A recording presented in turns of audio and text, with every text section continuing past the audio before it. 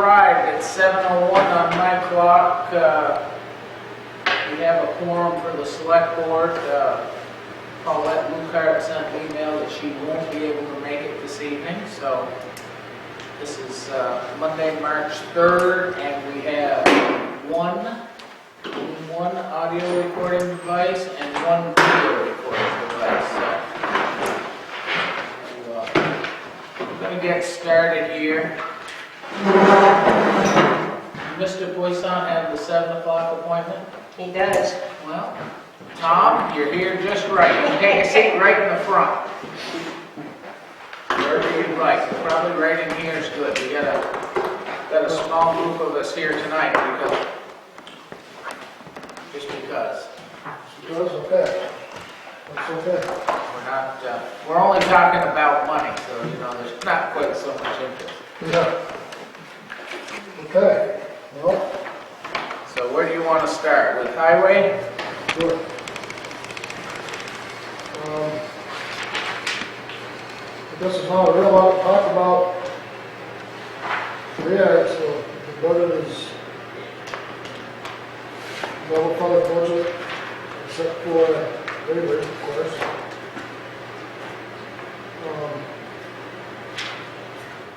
Well, now it's easy to take the numbers and move them over, and I appreciate the idea of trying to keep them level funded, especially the ones that, that are totally on the taxpayer's shoulder. Is that $95,000 for general highway? Does that seem to be an adequate number? No.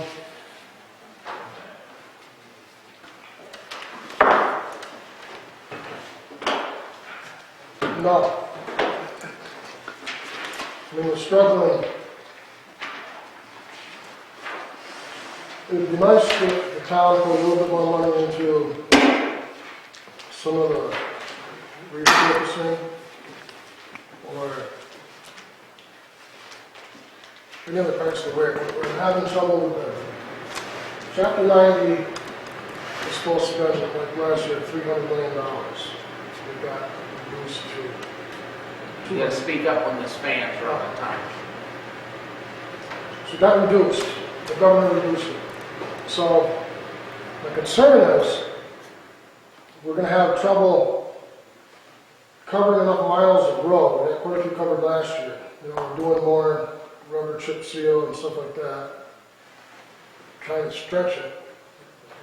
But my concern is if we don't get enough miles of road resurfaced every year, 10 years from now, we're going to be in a problem. We've been doing pretty good. We've got them in pretty good shape, but it only take a few years to fall behind. So this number here helps you with a couple of miles plus your gravel roads and cleaning the ditches and doing the grading. Right. Let me get a. Give me 1 second.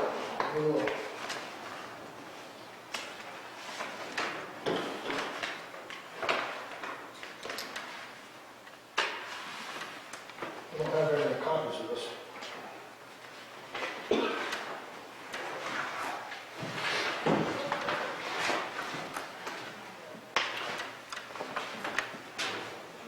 This will give you a solid idea. General highway, you just share this one with Sure. Yeah. Thanks, Tom.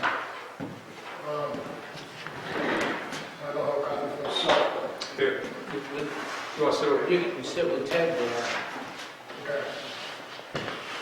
He only invites people who say.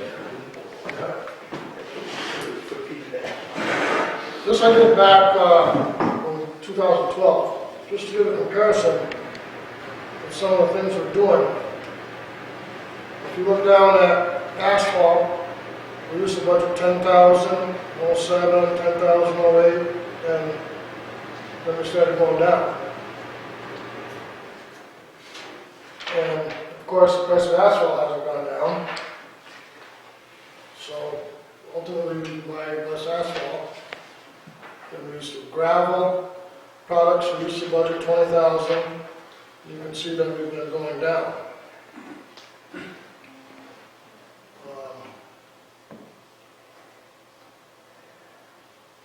Them are the two biggest things, I guess, that. Oh, and So the number- the other one is pipe. The other big concern is pipe, because we used to budget 3,000, which is low, 07, and we went down. And same thing there, that plastic pipe costs have increased because there's a lot of petroleum products in the plastic pipe. So they kind of fluctuate up and down, but the point is, some of these line items kind of headed in the wrong direction. We should be going up, not down. Well, here's a $95 question for you. Okay. Now that our labor has changed, in other words, not having the mechanic there to work on quite so many things, what do you think on that parts and service? Is that going to go down or up? I mean, is there going to be a few things that are just stiff now, or is it going to go up because we're going to hire some of that labor out? So far, I haven't had to do much hiring out. No, I think we've got a pretty good number on it. I think we're pretty good with that. It's really hard to say because you never know. I mean, you could puncture a hole in a loader tire tomorrow, and that might be $1,500.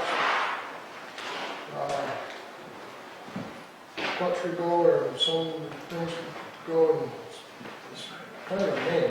So you think that 35,000 of that for equipment maintenance is probably not too far off? It's not too far out. It seems to be that number's been going. We've been spending, let's see.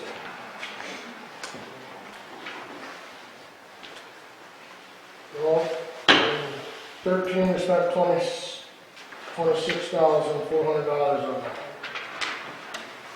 In 12, It says you spent $31,500 on parts and we service. spent $26,400. We budgeted $31,500. Okay. In 12, we budgeted $31,500, and we spent $32,400. So I hate to put you on the spot. But you're good anyway. What do you think the realistic number should be on general highway? See, the other thing is you've got full labor force. Hopefully you'll move through some of these projects. Right, labor's, Although there's an awful lot of sand on these roads to sweep up. okay.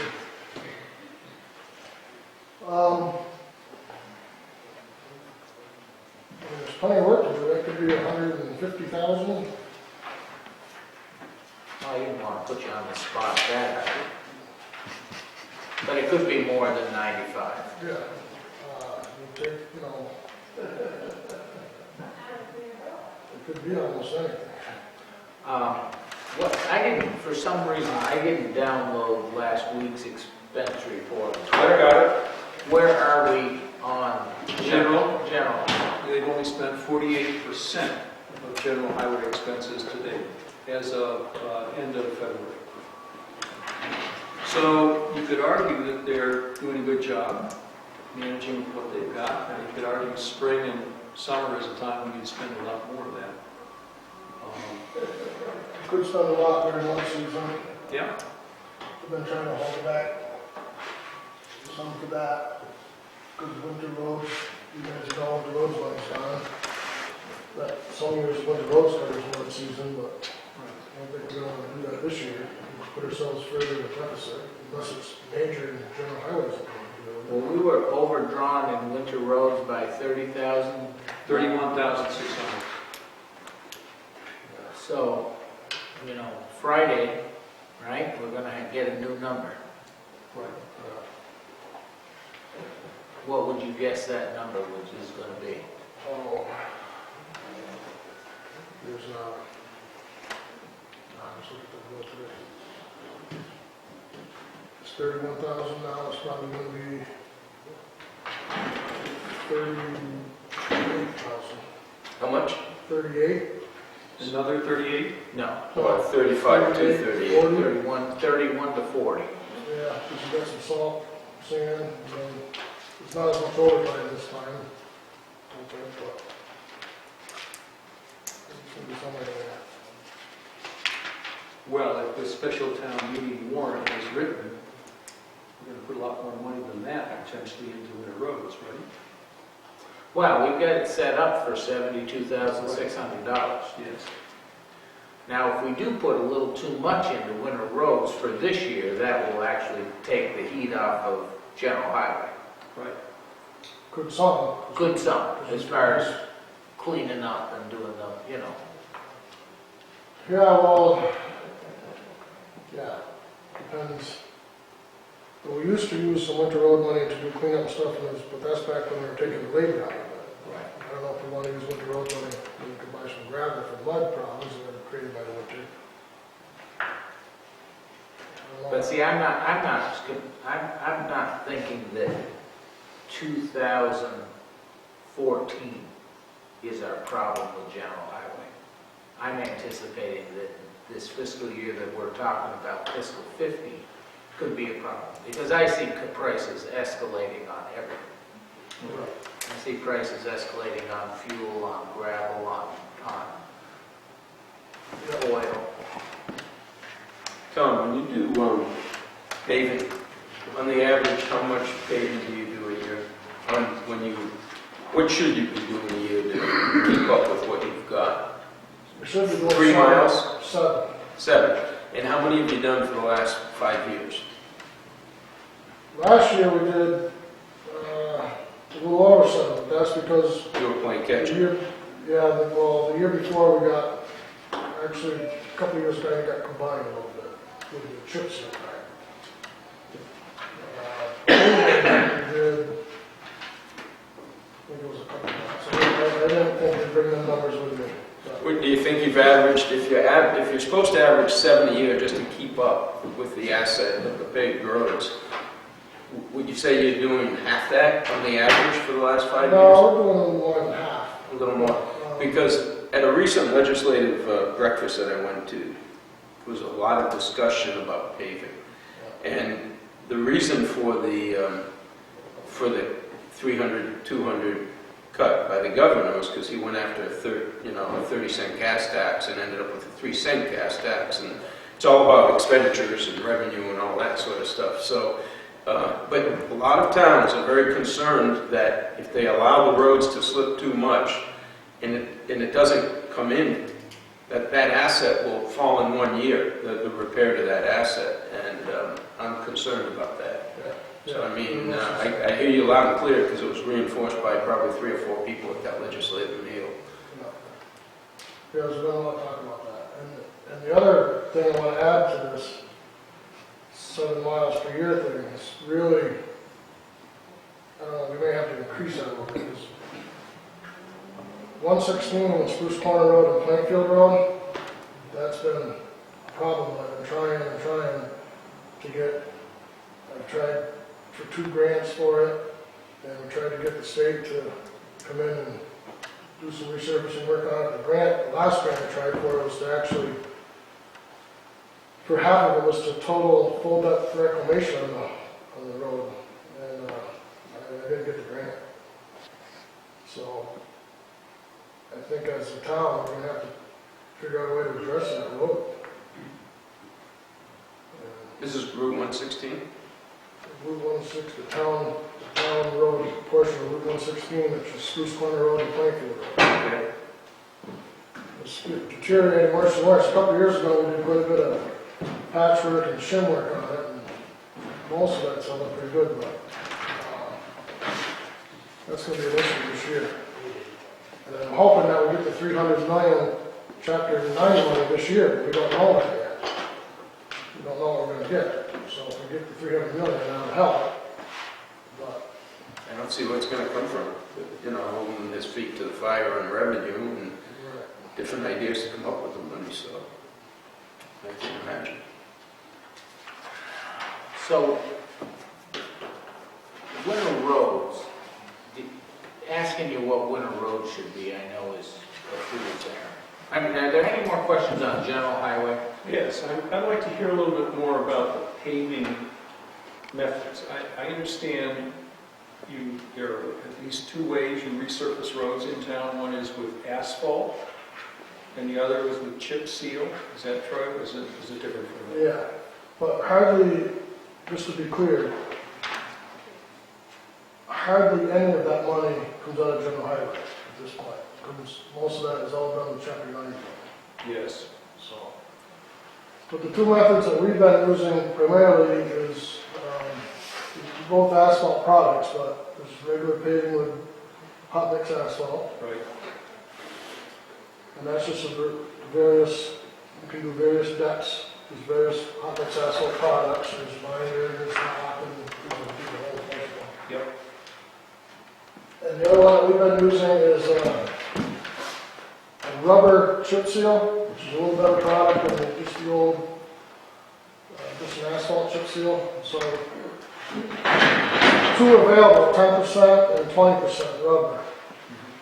So, we use the 10% rubber mix in the asphalt. And that's just straight on with an applicator truck.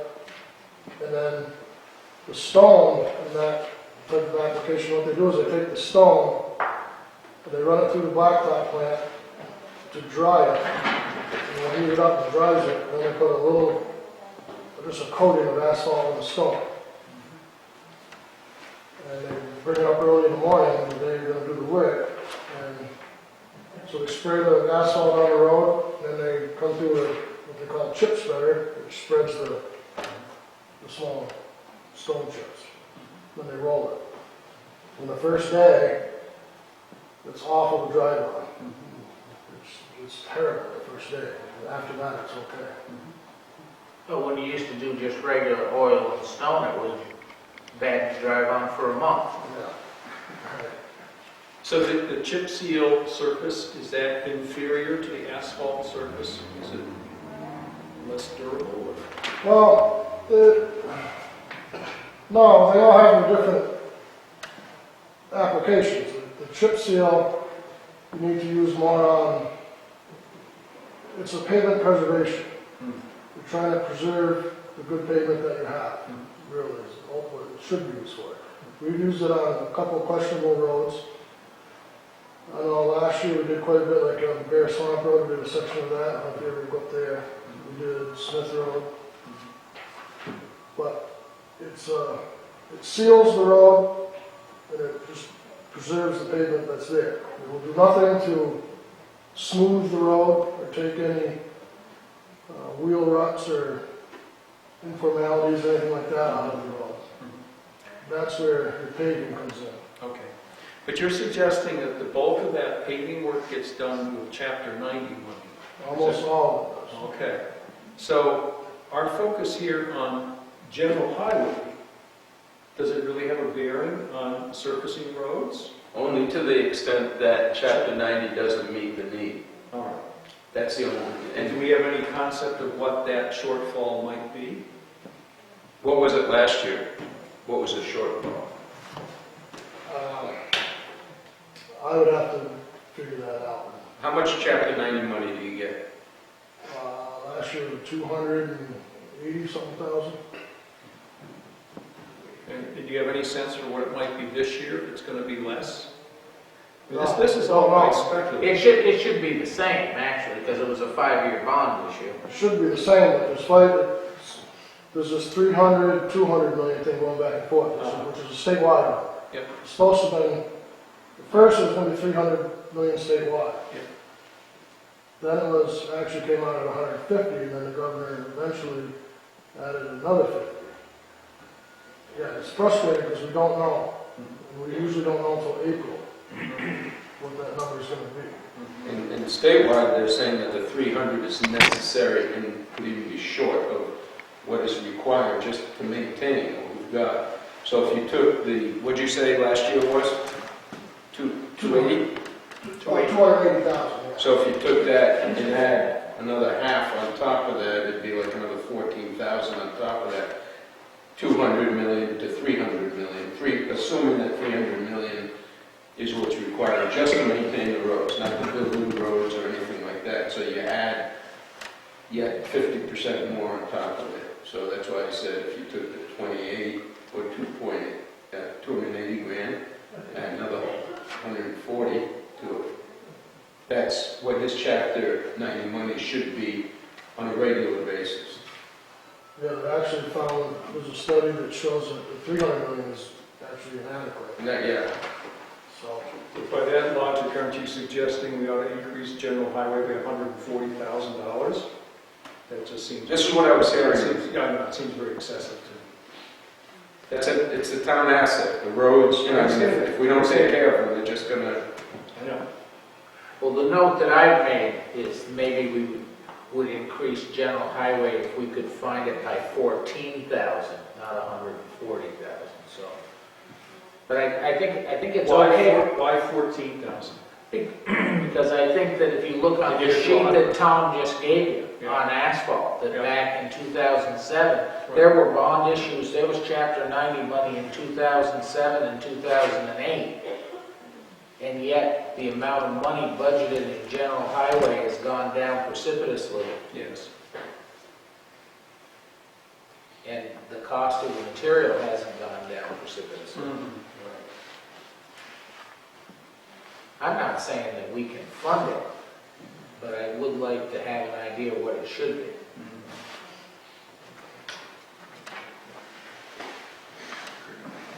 Anything else on general highway? Do you want to discuss? Can we move down to winter roads? Well, I just want, one other thing. Tom had used the data sheet beforehand, taking us up to 2012. But if you look at what we've got down here in his current budget proposal, recognize that while the pipe products had gone from, in his earlier statements, from 3,000 down to 1,500, which sounded pretty draconian. The pipe products for this year's budget were 3,000, and that's what he's proposing for this coming year. So he's kind of, in a sense, restored that number. Now that's understanding kind of level funding. It doesn't perhaps adequately still account for the price increase. But the gravel also was down to 8,700 by his earlier statements, and now it's up to around 11,000 this current year and the coming year. So I just want to be careful that we're not, in a complicated situation where we cut everything out here. The asphalt has gone down, that's true. And I'm not against the concept of thinking about whether we could increase general highway somewhat, but I want to be careful we don't just jump into this, $300 million, it's going to be $200 million, therefore we got to come up with another vast amount. Let's be careful. I think the winter roads, if we're going to fund it at the special town meeting as proposed, is going to provide a fairly good cushion for the balance of this year. And I just want to be careful that we recognize we've got a lot of departments to think about. So, Well, and I agree totally, but I think it's okay for us to see everything for what it is and then fund it as Sure. we can. I understand that.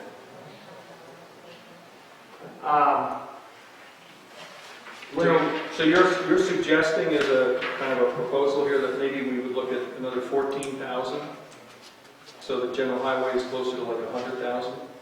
Yeah, call it 110, just for now. The only other thing, 110. the only other thing I wanted to mention about general highway, Tom, was this, on the next page should be a list of that, what the summer workers did last summer. And just because that was the first year of that in several years, I just wanted to say that these are the things that they did, and I thought that was a very worthwhile program. It was a big help. I'm thinking back to when you had those, you were really running the man short though, right? Yes, that's true. That's true. Still was a big help. But there really isn't anything on this list that's like a once-in-a-lifetime thing. This is pretty much every year. Pretty much every year the weeds grow up. That's the biggest, yeah, the weed whacking, that was pretty much every year thing. Some of the, like the signposts, you know, the yellow signposts you have with the wooden sign on them, that's not every year necessarily, but they got the majority of them painted.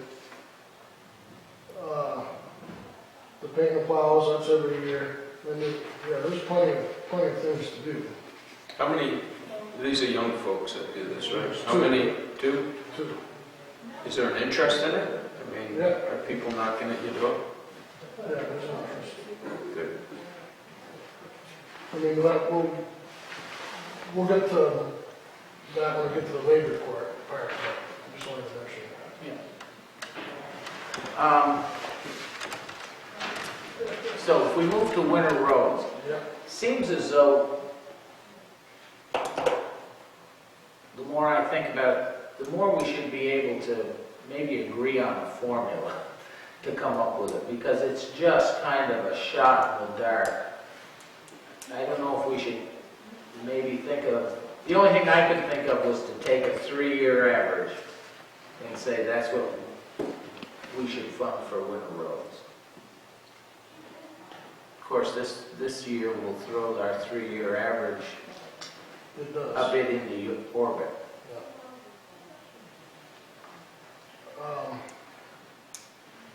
I mean, we're gonna be close to $140,000.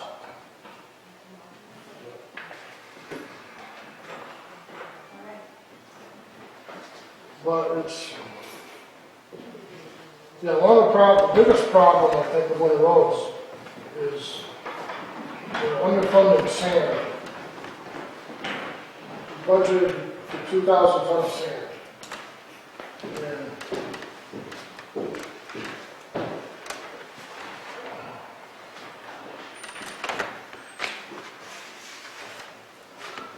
need a table.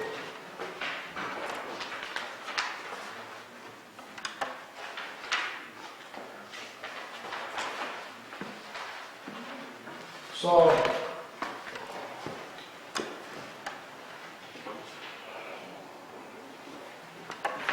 I'll just run these quickly. These are all fiscal years. 08, we used 6,700 ton of sand. 09, 4,300 ton. 10, 3,300 ton. 11, 3,600 ton. 12, 2,300 ton. And 13,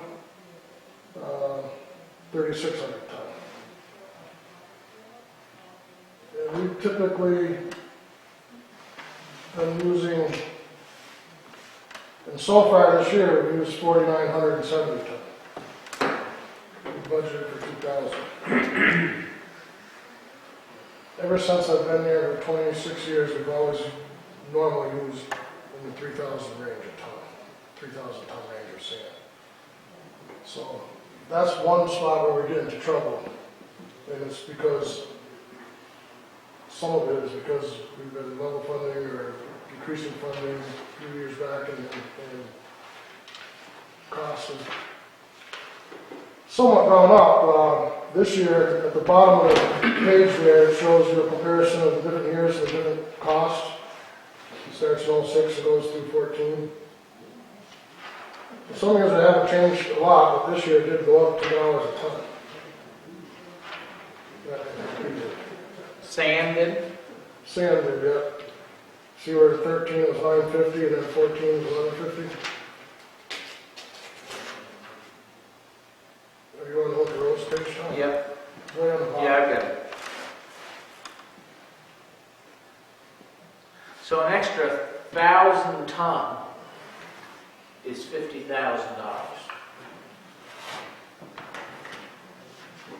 Right? Oh, no, 1,000 ton is $10,000. 11,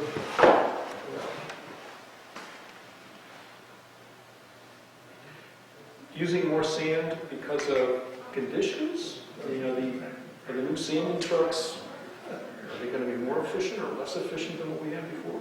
They spread it very nicely, it seems. yeah, it's really, but no, it's not, it's all about conditions. It's like this year we've had several 1-inch storms. Yep. Some we've been in 3 days in a row sometimes. Yeah.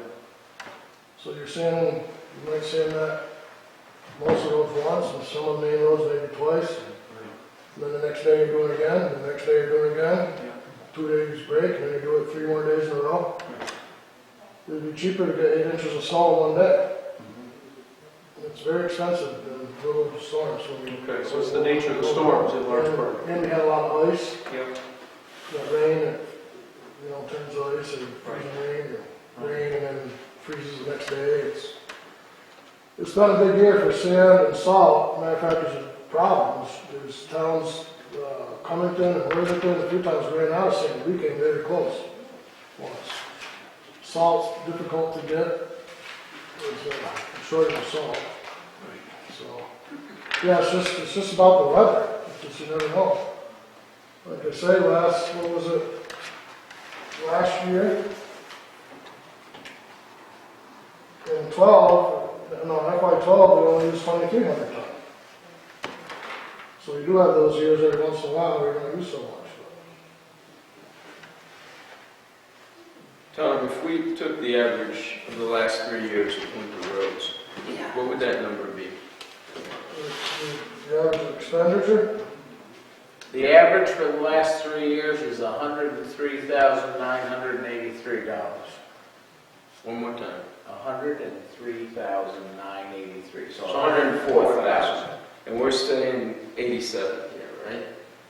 So I mean, doesn't it make sense to, rather than deal with special town meeting all the time, to be dealing with the last 3 years or the last 5 years or something like that, because they indicate, the best possibility for the next 3 years or whatever. It does kind of make sense to me. I like the idea of a rolling average too, 3 year things, because I don't see how you get 103,000. What do you average? Fiscal year 12 was 85,788. Fiscal year 13, 86,160. Fiscal year 14, if you're figuring it's going to be 140,000, that would come to 311,948. 311,948 divided by 3 is $104,000. If you say we're going to get out of it for $140,000 this year. Yeah. What'd you say 12 was, Tom? The figure Mary has here is 85,788. That's what we budgeted. Yeah, So what you expect? Expenditure was 68,538.76. right. If you look on this page up above where the sand salt comparison is, Yep. All right. all expenditure. So you take the 68,538 down there, and you add to it fiscal year 13, expended 90,123. And in fiscal 14, we've appropriated what, 86,540? Right. Plus, we're going to spend, let's say, 72,600. Let's say we do it all. Let's say we do it all. Right, that total comes to 317,801. Divide that by 3. That's 106. 106,000. So we're right there. Yeah. I mean, this is something we're never going to be able to get a bullseye. Right. Right. And if we over budget winter road money, that simply goes back into the general fund. Or does it go back into general highway? Well, I know what we've done in the past is we run, if there's a little extra in winter road, you spend it In general highway. and save general highway. You may use it, for example, for hiring a sweeper, clean up. Yeah. You can use it for anything as a result of the winter. I see. That's my understanding. And if you run out of things to expend that are legitimately associated with winter, what happens to you? Or the general fund. Into the general fund. Out of the highway department back into the general So fund. it's just like any other, at the end of the year, just, and it's a good idea, it's always a good idea when you can afford it to be sure to have some materials on hand for the next winter. So, you don't want to start out beginning of the winter with an empty sand shed. So you could spend it on sand. So you could buy Start some sand buying inside sand. it, So- if you want to keep. Yeah. Otherwise, you start out right behind the eight ball right from the beginning. Yeah. You're still getting in trouble.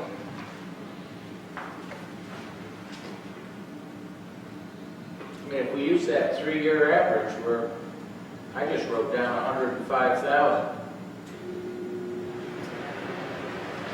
I mean, if it's a Yeah, budget, we yeah, gotta we come don't- as close to reality as we should, right? Well, we're gonna come to closest reality as the law will allow us. Fuel, you ready to look at it, stay level? Well, I kind of think you're fooling yourself with that. Well, Because I don't see how fuel, you're not gonna have at least a 5% increase. I'll tell you one thing about fuel, I've been trying to study these costs, and I actually think that way. To a certain extent, especially the gasoline, that some years we're over budgeting a little bit. A few years back, when the gas went way up, we increased it. And I considered that, maybe a little bit of that, not much, but a little bit to general highway or something, but I think we should leave it high, or should plan on budgeting it a little higher, because we protect ourselves.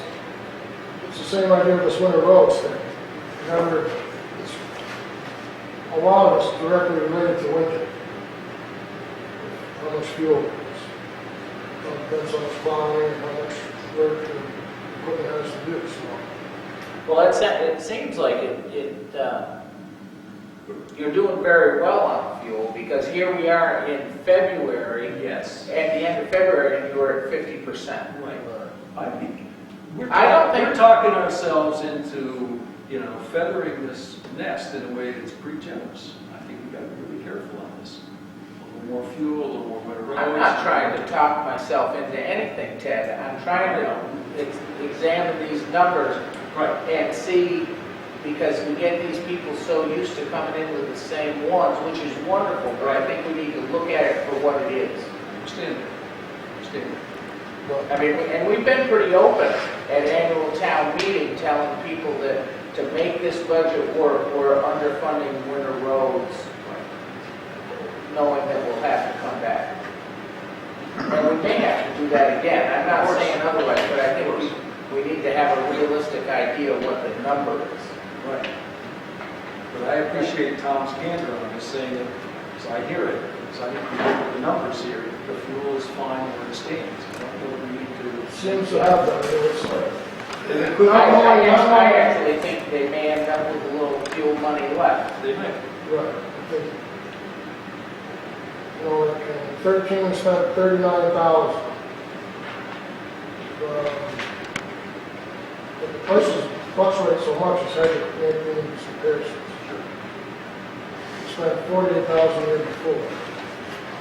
But like I say, without that protection of having it high enough, if the budget's too tight, you run into a problem where else you run out in the winter, we've got a problem. You don't have the legal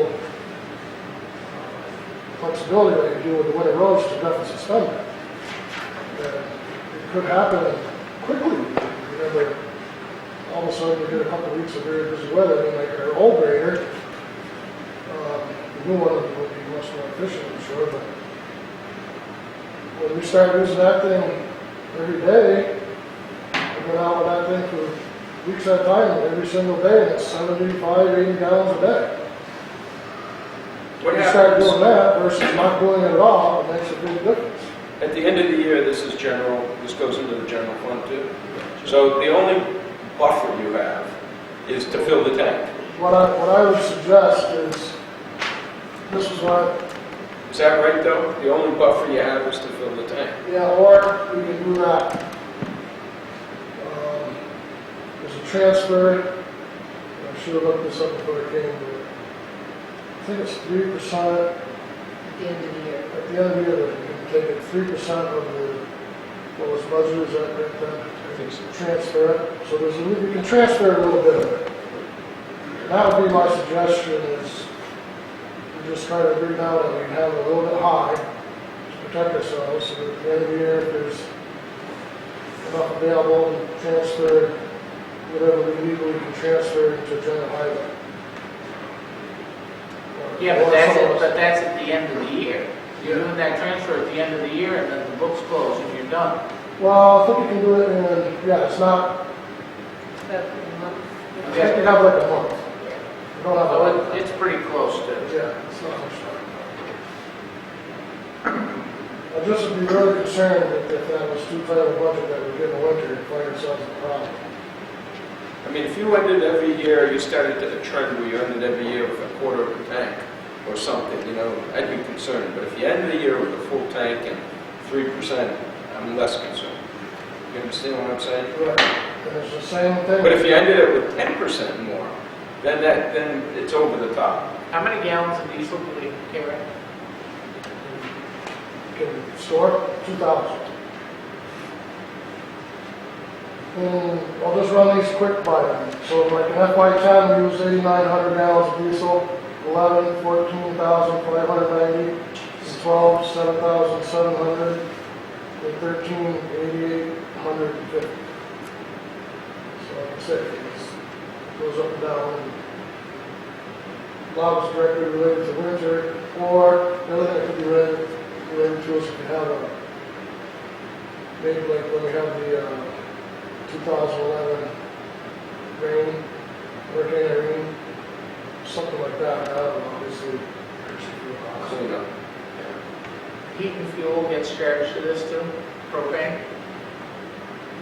No, that's in general highway. What goes to fuel is just the diesel fuel, gasoline, and oil, motor oil. And the other, it goes under diesel fuel, but the diesel fuel additive.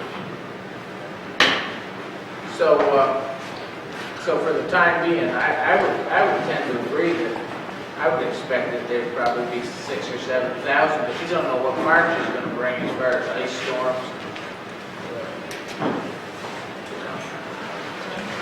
Yes. We can just look at the quote. I'm sorry? The location of transportation, people will just be that, we can say it. Anything else on that, Ted? I mean, I'm all right with you marking that like $56,000, whatever you want, or leave it where it is. What do you guys think? Well, I don't think it should be increased. What are you suggesting, 58, 56? 58 to 46. We can start off with the number as Tommy wrote it down. I'd leave it right there. I do have questions about the labor. That's up by 2.6%. Is there a reason for that and not being just up by 2% from this year's appropriation? Yeah, there must be a reason. One of the reasons is we had, it's just the way the math comes out. If you look down below, it says full-time staff and summer workers. Remember the current hourly rate, so do the 2% by the hourly rate, and that's the numbers I came up with. The other thing that adds, it does add a little bit of money because with the 2 summer workers, in this budget I budgeted them for 2 of them, $20, $10 an hour each. The last ones we had last summer, we had one that worked at $10 an hour and the other one at 9. And that was mostly due because the one was 18 and could do more responsibilities than the other one. So, but I budgeted for 2 at 10 because I don't know who they might get 2 18-year-olds. So that adds Remember, budgeted at 480 hours, which is 12 weeks, so it's $480 there.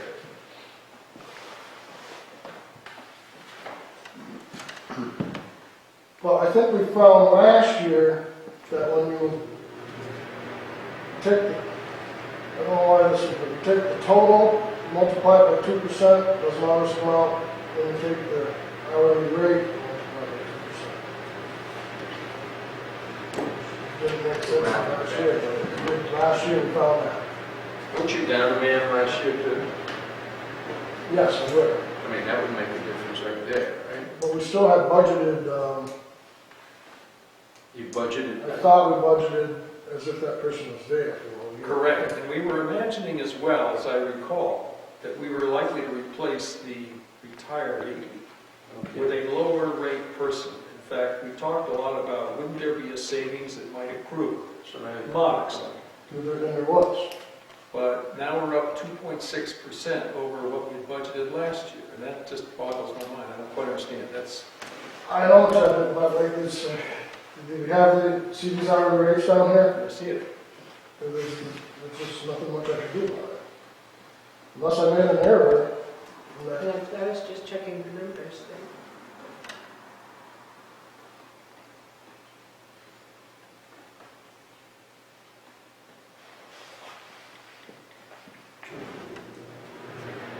Maybe unless, perhaps I made an error last year and didn't pick up on it.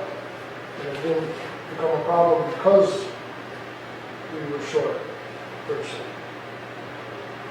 Did you multiply by .02 or did you divide by .98? Sometimes that will make a little difference. I just did it by 2%. And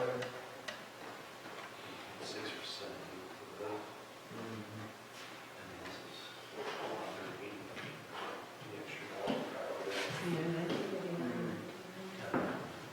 You know, this is probably 0.36, something like that.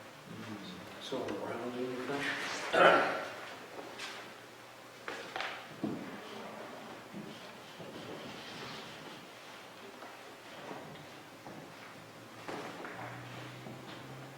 Well, see, last year we had, at this time, last year, we knew that we had the retiree, so we budgeted that reduction in to last year's number. yeah, I think we did. Well, I know we did, because remember, we went up to the sugar house, I know, it was this time of year. Right. So, Yeah, that's right. That's So- right. So we and already that's when he was retired, so we didn't budget for that, first replacement. we budgeted at a lower rate. Right. Then, we had another employee that never returned. That's why there's money that we've only spent about 50% of the budget right now. But now we have that position backfilled. So, this is the first time in 2 years that there's been a full crew.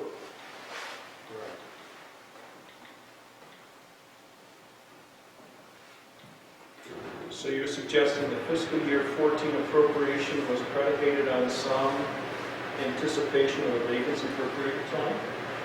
Oh, I know we discussed that last year. Yeah, because that When was, Kurt Bichette left, when he retired, Yes. we knew that we were not replacing, and that was the recommendation of the highway superintendent, is that Right. we could do that with a lower rate individual at that point. And that was budgeted into the fiscal year 14. And yet fiscal year 14's appropriation was exactly 2% above the appropriation for fiscal year 13. And that could certainly be part of why that at the end of February, we have, well, we could only use 52%, right, of the labor?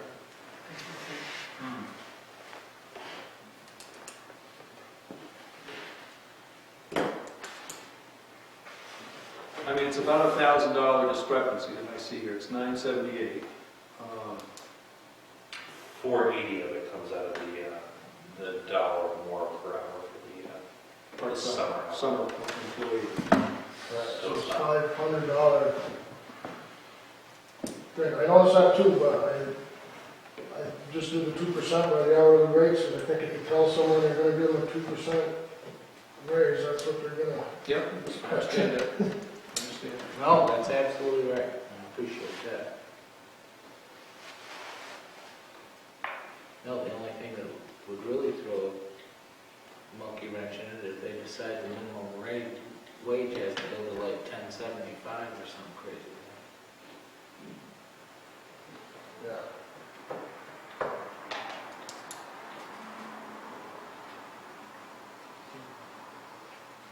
And there's a slight amount of rounding that takes place if you do the 2% on the 1827 hourly rate. All right, let's let that stand. So on 167,000, we're really splitting hairs.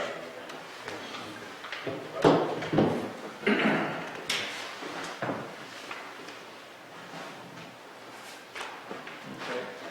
Anything else on the highway? Nope. We don't need to buy anything this year?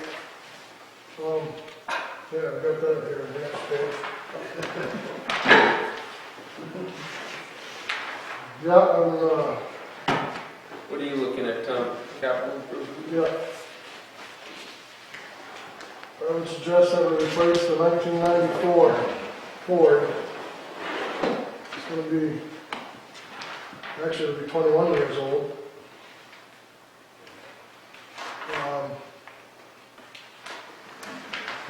And it's 21-year-old truck, it's getting tired, the body is pretty shot. It's a dump body. You know, the engine's getting tired, it's burning oil, it's losing power. It's old. It's the oldest truck. It's the oldest truck, yeah. Yeah, the next one's a 99. It's, I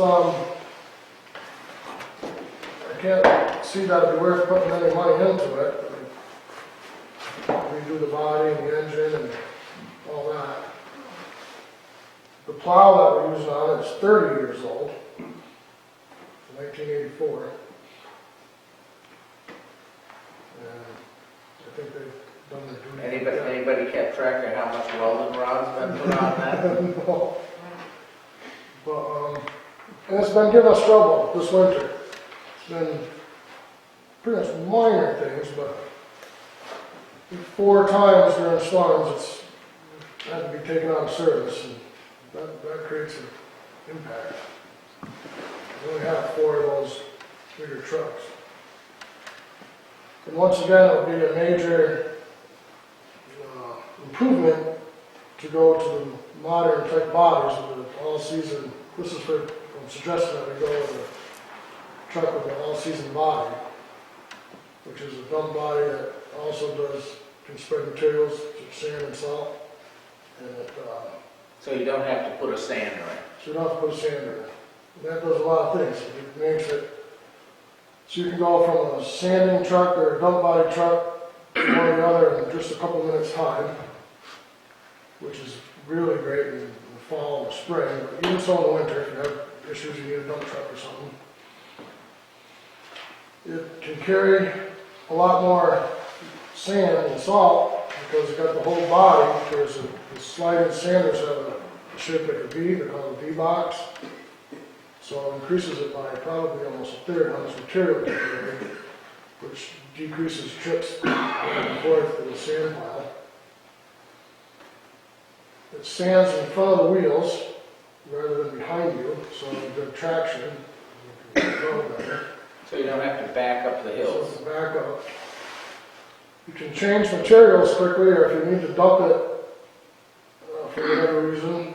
Say you're for plowing in a big storm and you're plowing and you have sand in the back of ballast, and you want to get the main roads, you want to put some, let's just say some 50-50 on them. To get it melted off, you can back that truck in a shed, dump it, go out and reload what material you want, and you're done. These V-style things, the only way to empty them is to run it out the back. takes a long time. Usually we end up just going through some other road somewhere to get rid of it, but, you know, you lose an hour. Could this truck, by all those design features, be similar, if not identical, to the one we most recently bought? Exactly, that's what it is, same thing. Okay. So there's a lot of advantage to it. And, let's see where it This goes. has been in the capital plan for some time. It seems to me to make good sense that we move on this. And it's a little more expensive by this estimate than what was, talked about last year, but I can understand pricing accordingly would go up a little bit. And I take it from what I see in your capital plan here, Tom, that you then think the sensible thing would be to put off the backhoe replacement till the following year, 2016. Yeah, And are you talking at that point about replacement outright at $125,000? Because you also talk about repairs and so on. Do we need to repair it as well as replace it? no, we're hoping to put off these repairs for one more year. Yep. And on the next page is the estimate from Schmidt Equipment to repair the pins and bushings and the coupler and tighten up the loader, the front end loader part of it. Yep. So that's 33,000 just for that part. Yep. And they estimate that an engine rebuild would be around 15,000, which is going to need that soon. And then we don't know about the transmission and rear axle, them could be the other issues. So, can you tell me, you say we have 4 of these trucks? But yes, What is the replacement on all 4? What is the dates of the 4? well, we've been going 20 years. But are they gonna come year after year? I'm just No, the trying to... next one, this was down in 2019, which is replaced a 1999 Freightliner. So are we spreading them out like when was the last truck we bought like this? Oh, about 2 or 3 years ago? Last truck was, 2011. 2011. Some of them are kind of piled together, and others are. Tom's got these spread about 4 or 5 years apart, so it covers this 20-year cycle roughly. Well, I just wanted to make sure that was happening, because it'd be a shame to put them right on top of each other. No, but we're trying not to. We do have some stuff piled up now, and, that's a result of, we had issues back in 2012, when we spent 0 in capital. Then the next year, we only spent 35,000. So that's why we ended up with this truck and backhoe and everything kind of piled up. So we need to make really an ultimate perfect run. Our spending targets need to be a little higher, so the stuff doesn't pile up. I'm just thinking, if you have 4 trucks, and you have 20 years, ideally, every 5 years, you would be replacing a truck. Even if it meant you put a little money into it, just to move them onto that schedule, because it would soften it for the tenant, ideally, that's the best thing to do. And if you can't do that, then you start socking away money for the eventuality of that sort of thing. It'd be great to have an appreciation schedule that minimizes the impact, but on the other hand, if you ever end up getting a 5th truck, you might be in a good position to do that. Hopefully you don't. So 2 things to say about that one. There's other things that get mixed in too, such as the loader, you have the backhoe, you have the other things, so it's not, with them things in there as well, I don't know if it's real important to have a trucks every 5 years, but the second thing I'm concerned about is these trucks, this 20-year schedule is getting harder to keep. Really? It's pretty hard to keep these trucks 20 years. It's not realistic? You're getting to get that way. Really? I mean, this body and this truck is, Alan, we kind of found it last year, they just don't last. 20 years is a long time. They don't make them like they used to. There's one problem. Used to get bodies with steel fit, now they get bodies with hand. They're trying to make it more efficient, fuel efficient, and stuff like that, which is all great, but it's kind of funny sometimes, like even the 1999 Freightliner, we called up to Patriot Freightliner the other day, and the guy said, "You running a 1999? Yeah, so nobody runs a 1999 in that business. No, no, we do. A lot of towns out here. But anyway, but back to this year's truck, you were asking about it's more obviously like you said. And I increased it slightly, and I have a feeling that when we get closer to town meeting, we might be able to decrease that. Right. Because the estimate I got was 164,700. Mhm. But for today, I thought we better make it a little bit more just to make sure we, But this includes the body, the plow. it's the whole line, yes. And again, I think if we're going to go forward with this, I personally would recommend, I don't know what the finance committee as a whole thinks on this, but again, one of the things that I think is so powerful and persuasive and helpful to people is to have Tom put together, in a sense, in written form what he's talked about tonight.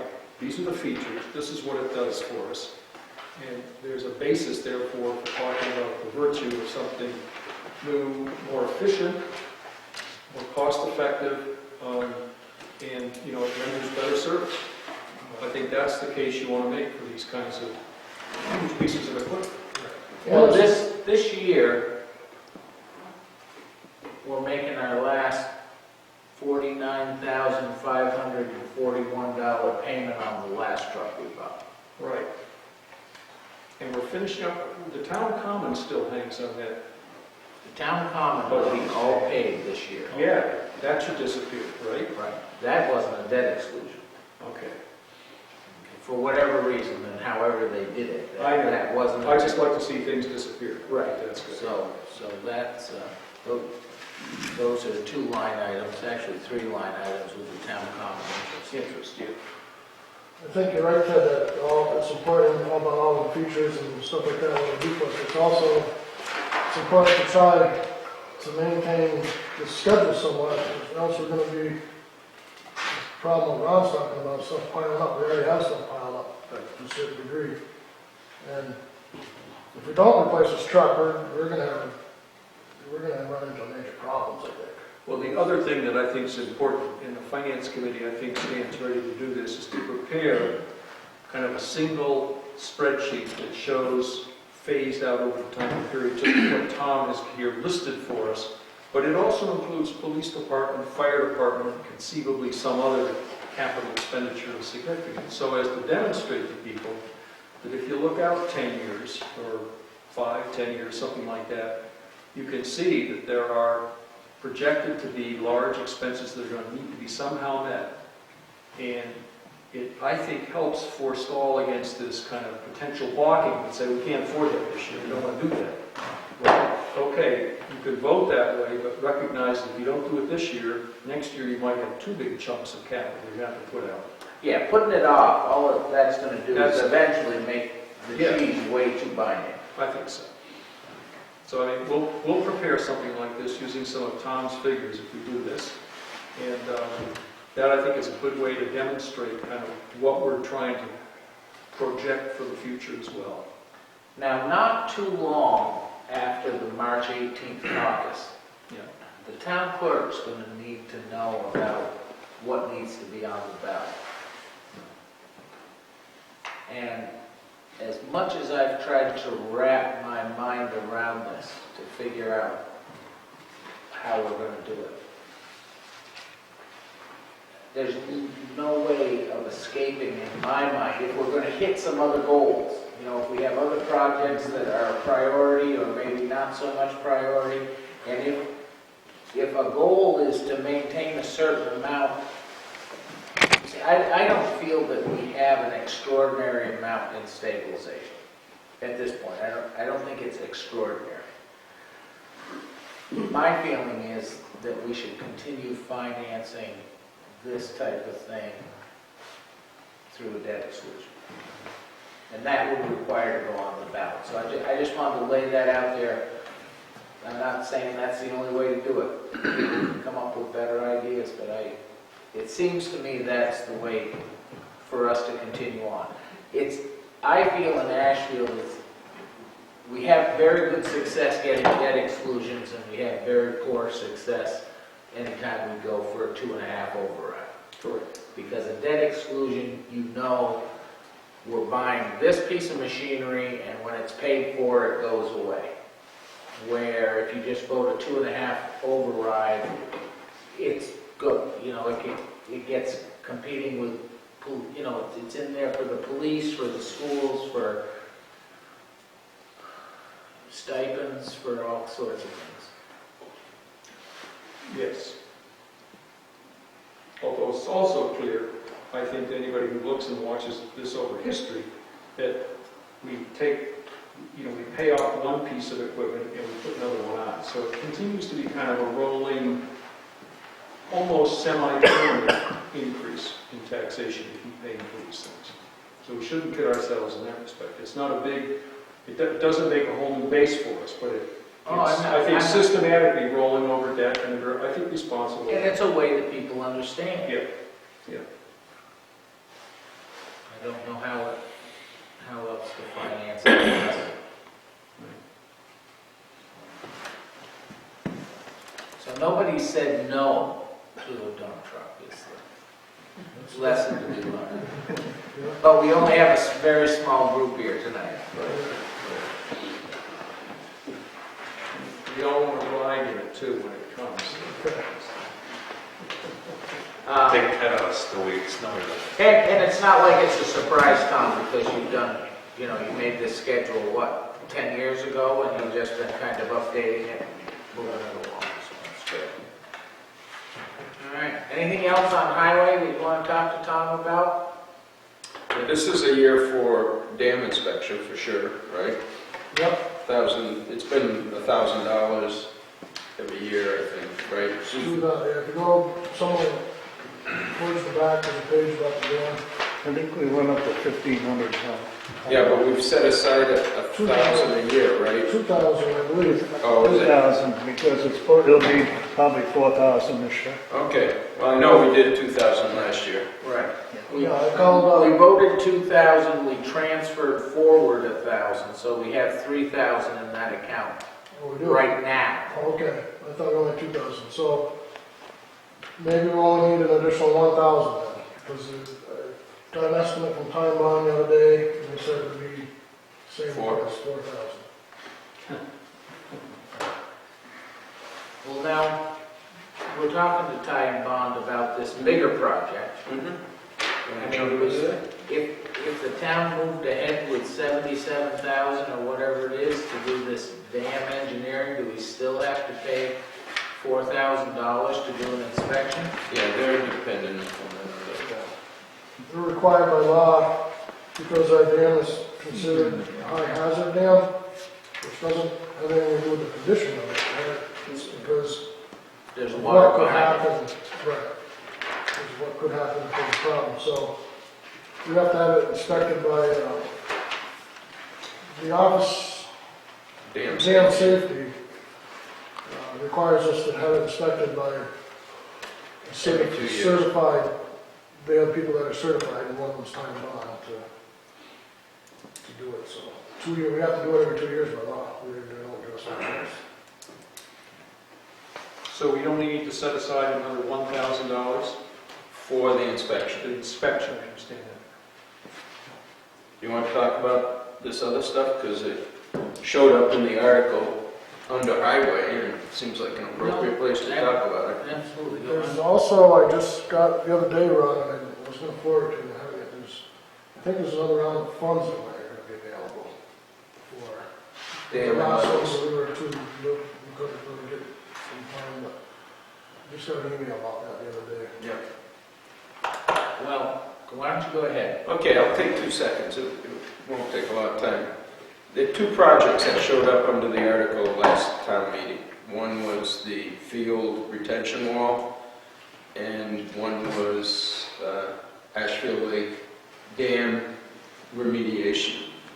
And if we deal first with the field retention wall, because of some of the reorganization of the trustees, they're now a not-for-profit, and it works better for them if they do the entire wall, be responsible for it, and bill us for our portion.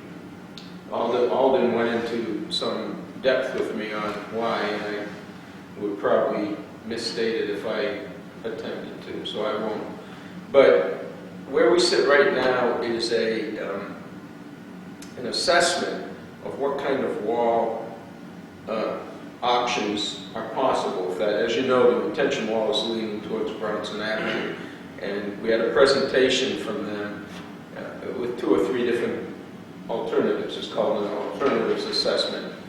And if you understand what alternative is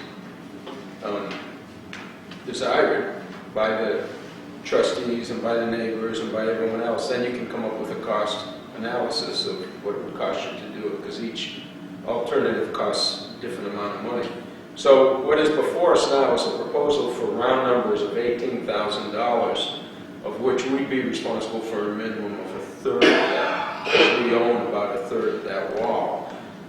And what that's for is survey and geotechnical and a number of other things to evaluate what the alternatives could be.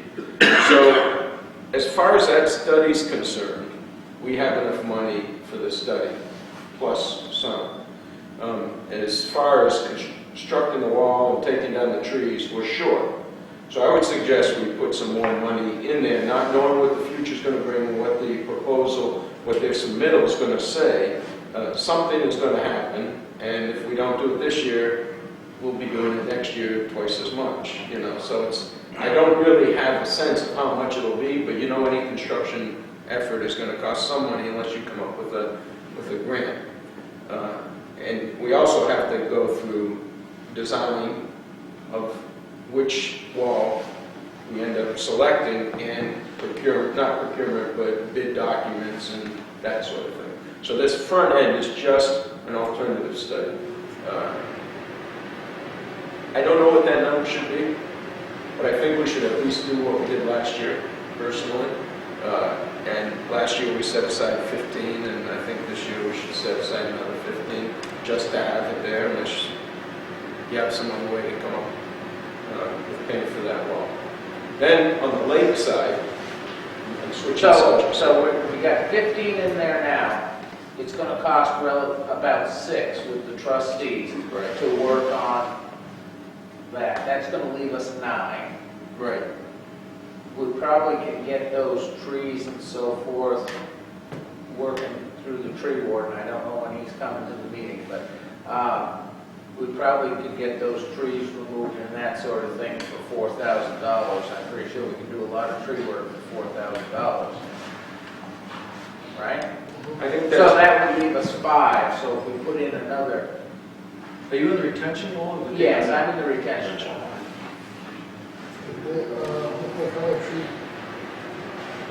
what's that? It's not that many big trees, it's only a couple, There's a couple small ones and one big tree. there's a lot of little There's a lot of stuff this big. brush and small. You're going to have to do a cherry picking or something to keep them from falling on Martin's house there, right? Yeah. So I don't know how much that would be. It could be, unless between 4 and 5. So anyway, that would leave you 5,000. Okay, if you're right on the 4. Yeah. But then you've got to do something with the wall. We're just not going to be able to finance it all. I mean, at some point, we No, got to I buy totally everything. agree. And We so might instead of come up with a saying, grant. I mean, I'm already thinking it would be all right to carry a balance of 50 into the next year. I think anything is a good idea. You know, as we line up some of these other projects, something's got to give. I agree. Because it looks to me like the school budget may eat up pretty much all of our 2.5% growth, or not our growth, but our 2.5% levy increase. It could be potentially that high. My only concern, and I don't think on our section of the wall it's going to happen, when that wall falls, it'll cost more money. So I'm just trying to do it for as few dollars as possible. And so it's a bit of a double-edged sword. Why don't you leave it, that we'll see if we can add as much as 15 to that account? might be closer to 10 or something like that, but it's a sort of. See where it comes out, see where it shakes out. It's a placeholder. Right, it's a placeholder, and I'm anticipating a lot of shaking by the time we get done. The other one is going to be more likely to be, we're talking about 15,000 here, and that's the repair of the dam. And the proposal by Time Bond was for 77,000, of which we've set aside 15 for, so it's really 77 minus the 15. Right, we have 17,000. We appropriated 17,000. Lake dam Oh, maintenance okay. and stuff. So we're down to 60. Yeah, well, we're buzzing right along. Okay. My argument on that one, and recently I've talked to the select board down in Conway about a project that they have been pursuing grants on, and that's the ball field. And they pursued a project with Mass Works, and that's for infrastructure and trying to keep jobs in Massachusetts and that sort of thing. And they submitted a grant with a shovel-ready project, and they didn't get it the first year, but they were somewhat deficient in their application, and the second year they got close to $1 million.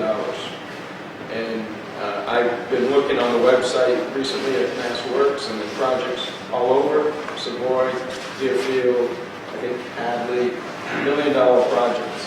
And if you write the application correctly, and you can tie in a regional sort of component to it, and you include health and safety, which certainly the dam is health and safety because it's a large impoundment of water, I think we stand a pretty good chance of getting a lot of money for the hard costs, for the construction.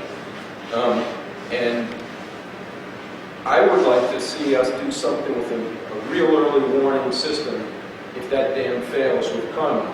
And perhaps we could build in, because I don't believe we'll need the $1 million for just the rehab. I think we might need a quarter to half of that, okay? Because the estimate from them, without looking at specifics, was something like 250 or on the last inspection report.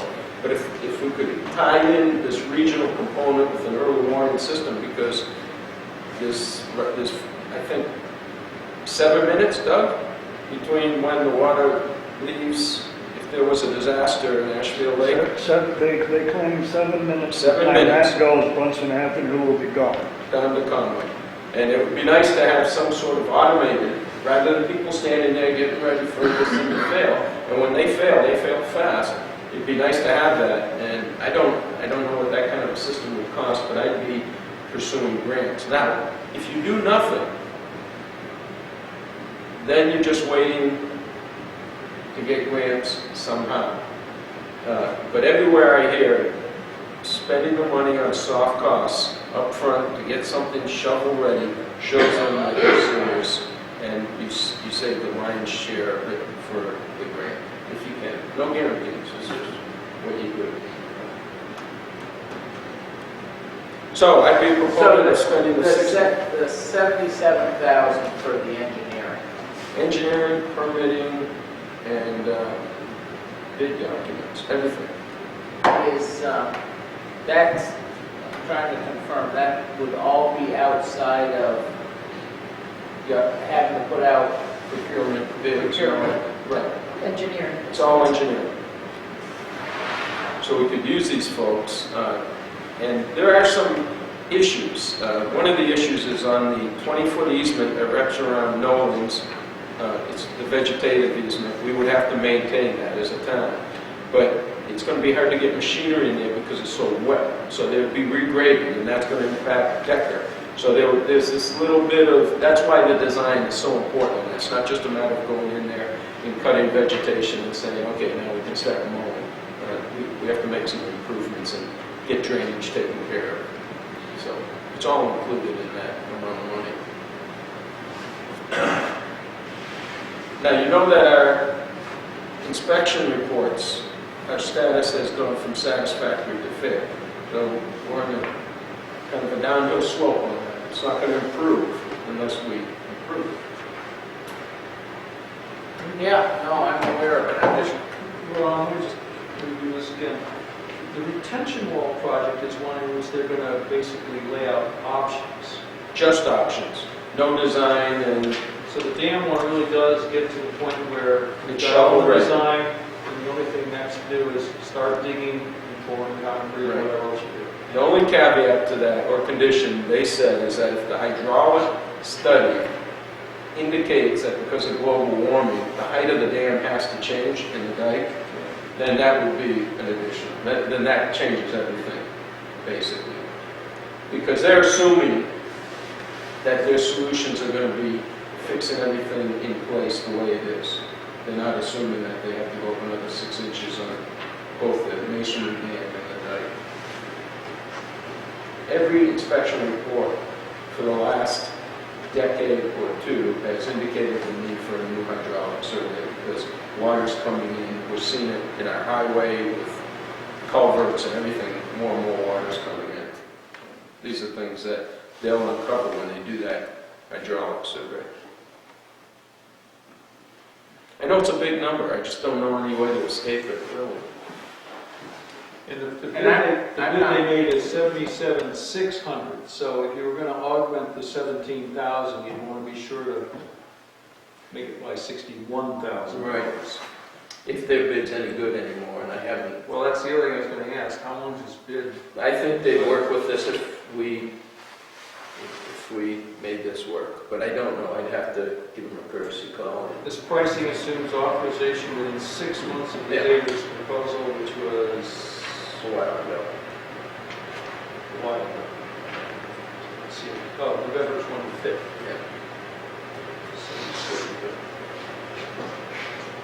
But by town meeting, By the time, yeah, we would have run out by town meeting. yeah. I think they'd work with us. I really do. I think so. I know some of the people there, and they do work for us on other projects, so. If we're a month or two off, I don't think it'd be an issue. What was the date? November 25th is when we sent this letter. So 6 months would be May, right? So that's why we get Tom on. All right. But depending on what type of a fund that is, you might not be able to start until July. No, but you could tell them yes or no. You can sign, you All you have to can do is, all you have to do is agree to this within 6 months, it says. And even then, they'd be a bit flexible perhaps, so that's probably okay.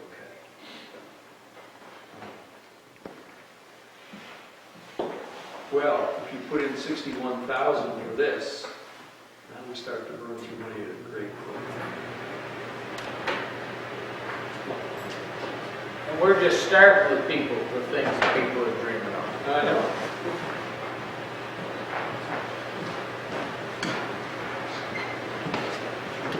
That's it on that front. And the, I didn't mention this, but the trustees have agreed to go forward with the project, just as of last Thursday. So that's real, and I need to understand how to authorize that, the select board has been appropriated the money by town meeting floor. Right. How does that happen now? Do they invoice us? Well, what we need to do is to vote that we're going to enter into an agreement with them. And Okay. know what the details are. As a select board, you don't As have the to step select town. town. No. So I'll have Alden's waiting on a proposal from Ty and Bond, and when he has that finished, I'll come before the board and we'll go from there. You know, Good. And I think it's really pretty simple, right? It's going to refer to whatever proposal Exactly. he has, and this is how we're going to do the cost. Okay. All right, Tom. Hey, can I back up? Yeah. Oh, Oh, well, Tom, you got something? I was gonna go way back, but Go ahead. sorry, before you left. The backhoe, you mentioned over, the last 2 or 3 years, you've been crossing fingers, hoping that thing doesn't get away and everything else, and then I see all these, huge estimates for fixing it if it does go or does need repair. What would be the plan, let's say, if next July or when, fall did go? you know, I'd hate to see, if our plan is to, you know, purchase one in another year, year and a half, you know, to dump 30 or 40 grand into, you know, something that we're replacing, you know, Right. potentially replacing next year. Is there a plan? Plan is to keep crossing our fingers, and something does happen, hope we can kind of carve it together to get through. Plan is to try to do everything we can to get through. Yeah. If something more serious, you know, we have to come back and talk, if it was obviously something that big of a cost, I don't have enough money to do it in one, and we probably would want to consider Hiring somebody. buying a new one, or Renting. renting, or whatever, so. Yeah, I was just concerned that we would dump 30, 50 grand into something that we were gonna replace. No, You know, no, we're not gonna hate do to that. see that. No, I don't believe that would happen, but I could see if that did fail, that Tom would have to pick up a phone and make a couple telephone calls and find somebody to come with an operator with a backhoe and work it for a couple of days, and keep moving. Okay. Thank you. Just on the dam, I just want to mention, I knew we were going to be having some discussion, so I didn't put any number here for FY15, as far as just some of the basic stuff that we do. I wasn't sure where our discussion was going to go, but we've been to $1,000, and, you know, we've been kind of getting by with that. In that account, right? Yeah, it's just that we have to buy some material sometimes to fill in the burrows, or we had to raise up where the yard was by the dry hydrant because it was too low, they were concerned about that. That was one of the bigger costs, so we should have to do that. Not nothing bigger. If you want to pencil in $1,000 there, I think we can do it. And that $1,000 is independent of the $1,000 for the inspection report. Correct. So I didn't know that we had them. I don't see a separate line there for that. There isn't, I could break one out if we want to separate out maintenance and stuff. Yeah, we only had that, what we've got historically here is lake dam maintenance and study, and then the inspection, right? Could that be why there's 3,000 in there instead I of? don't have. Yeah, because we usually went to 1,000 was just for the Tom or somebody to maintain that, the 2,000 was for the inspection Should itself. be under, does anyone have last year's, I don't think we did last year's warrant. Yeah, we do. It was 3,000, right?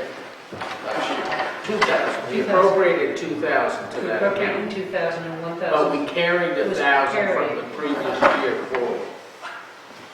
Which sounds like that is what you were thinking was for maintenance. Yeah. And it never got used and we moved it forward. Good bad, some years if it's minor, you just use higher money, but we've had, we've been putting $1,000 in from at least since, well, back in FY10 we had 2,300, then we went to It's been a 1,000, good year. and this year we went to the 17,000. Let me suggest that we take the lake dam inspection line, change the title of that and call it Lake Dam Maintenance and Inspection and do 2,000. Well, can I interrupt for a second? Yeah. The lake dam inspection is in a different place in the warrant. It's under Oh, it public is. safety or something. Under the highway department, there should be a line that says dam maintenance or something. Everyone has- It does, there was a dam maintenance line there last year, we made it dam maintenance study, so we put in the So you 17. put the 17 there, right, okay. And what I'm suggesting is down there and under highway and road expenses, I could make it 2 lines, lake dam maintenance, 1,000, and then have a study line that we just keep separate. Lake dam inspection. Well, but that's in a different section. If you want, We've already got that in. a thought that just popped into my mind is we could always just put another line in the general highway, try to keep a little money there for if something comes up. So let's, As a separate. so we need $4,000. See, I was looking at that other account, I believe, on the expense. $4,000 for inspection. And we have, And that's every 2 years. The Lake 4,000. dam inspection, we have in there right now, 3, right? Right, which is under public safety, and we had appropriated in 14, 2,000, carried over 1,000, and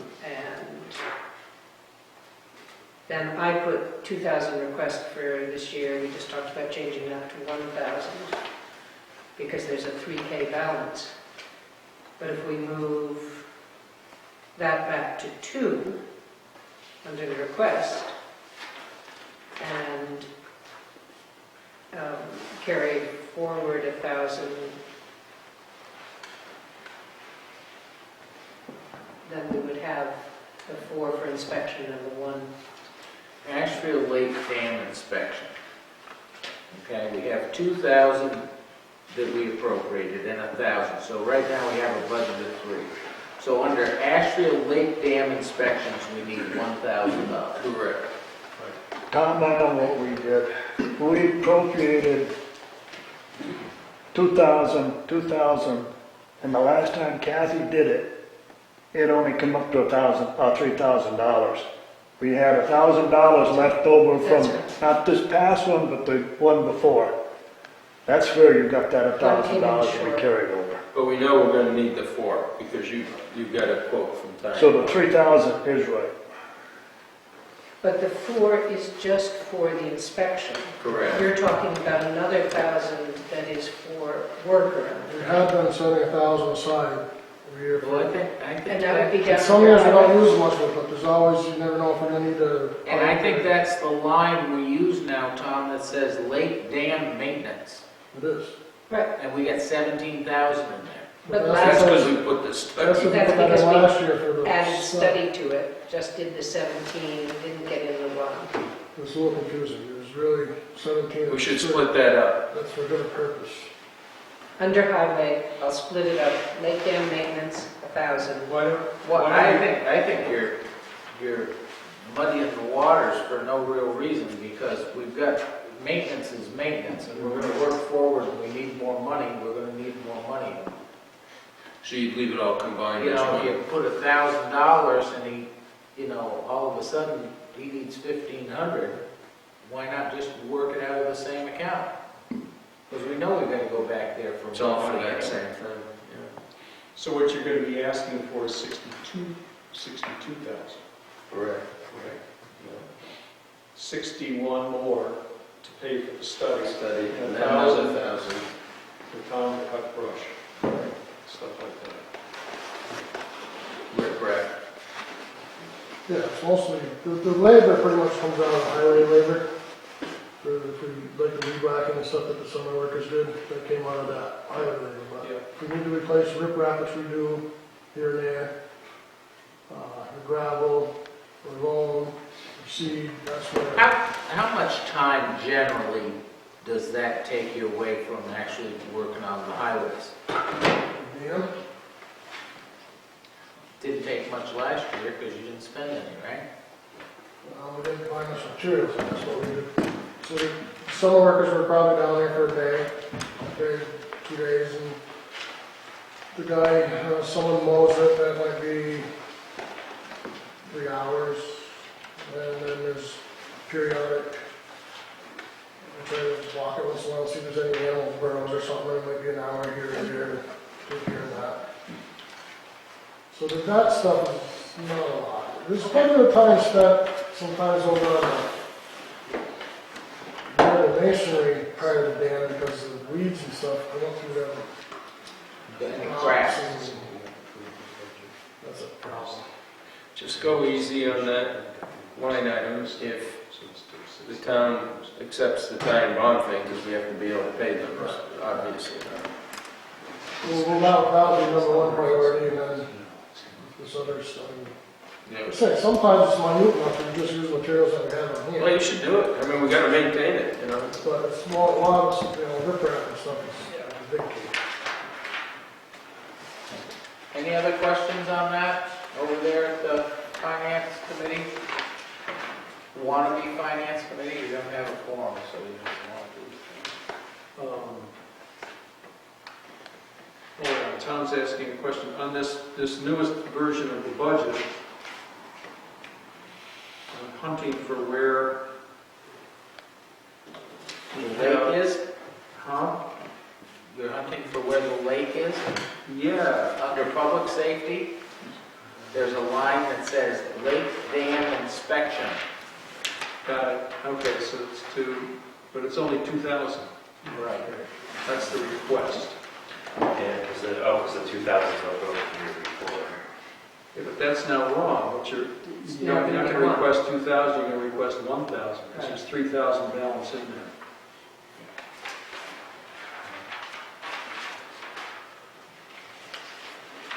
So that needs to be 4,000 at the end of the day, too, right? Right. But we're only looking to appropriate, the request for that will only be 1,000. Yes. And then the lake dam maintenance study is under highway and road expense. That's now going to be 62. 62.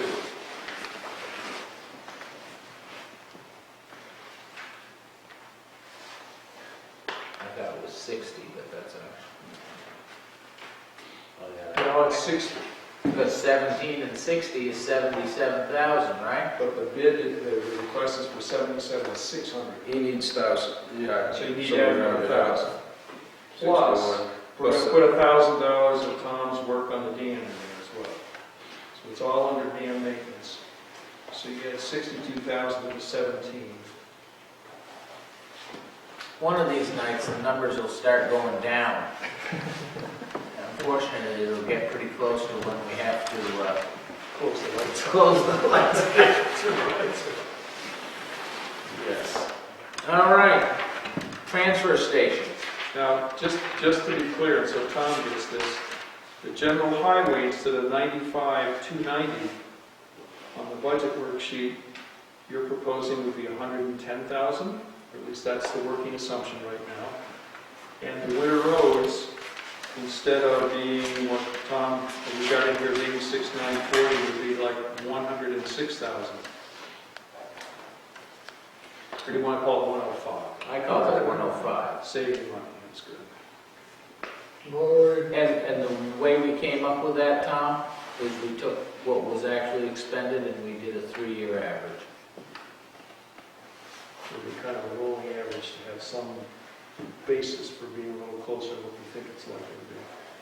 so what did you say we can lightly pencil in for now for general highway? 110,000 instead of the 95,290. And the winter roads will now be 105 instead of the 86,940. Lake dam maintenance and study will be 62,000. And the retention wall repair study, 15,000.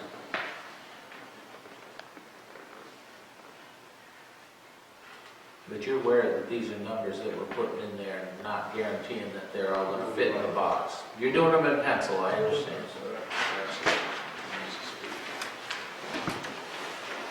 Okay, we'll move on to the dump. Are you okay with the tree warden, by the way? Is that, oh, I'm sorry, we'll get it.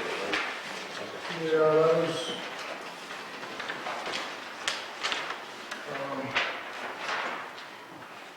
well, funded 8,500, I put a number of $20,000 there just to indicate that there's that much work to be done. There's an awful lot of. You're working on tree warden. Yeah, Okay. I was already flipping to transfer station. okay, transfer station, Well, so 20,000, and this last year you got 8,500, right? yeah, Fiscal year 14. yeah. So that's going to be gone like dew before the sun.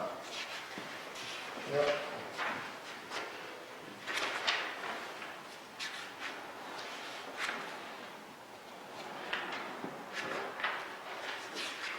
There's a big list that's going out this week sometime actually to the power company requesting,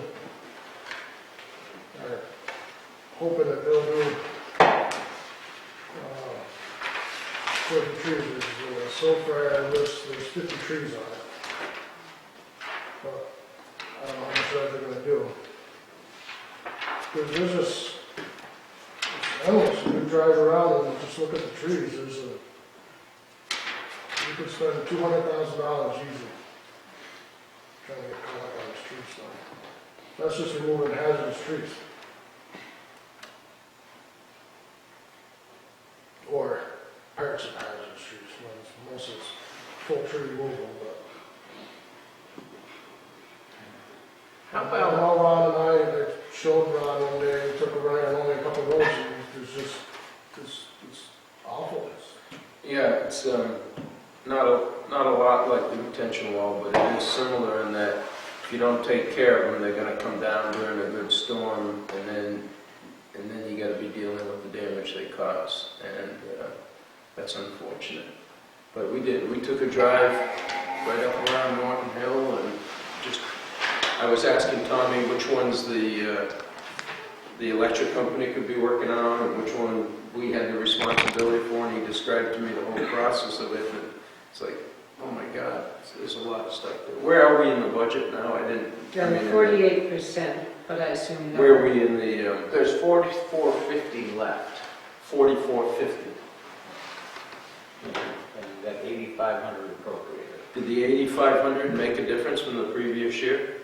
Yeah, it sure helps. It's twice as much. But, I think it was it 5,085? I was thinking it was 4,000. 4,000. So yeah, it obviously helps, but there's no denying that there's a lot of work out there to be done. Well, actually, fiscal year 13 is 4,000 the annual town meeting, plus it got 4,500 more the special town meeting, so it's $8,500. A year ago, it's 8,500 this year, so 2 years we've been at the funding level of 8,500. And that's the highest it's been in expenditure level since back in fiscal year 2006.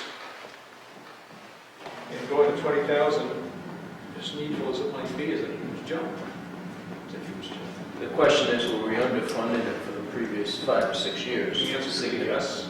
Yeah. But it's still a huge jump. Oh, it is? So you put $20,000 as a placeholder. Yeah, I just look at the number. I just wrote down $10,000 as a placeholder. It's a better number, I think. It rolls off my tongue easier.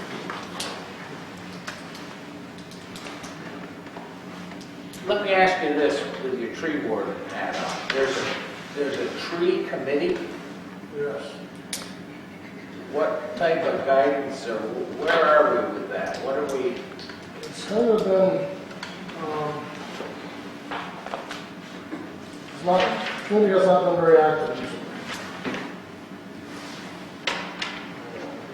If the power company agrees with you and comes in and starts hacking away on 50 trees, and my guess is they might be more active. You might be right. They haven't called you yet? Oh, they called me, I don't know how many times when the power company was trimming down Brunson Avenue. Down Remember that. that, huh? Well, they was calling about every night. Oh, that's when the committee got started, yeah. So, all right, I was just trying to get a handle on it. But it's the tree warden's responsibility to identify those trees and make some effort to remedy them. Correct? That's all in the statute. Yeah.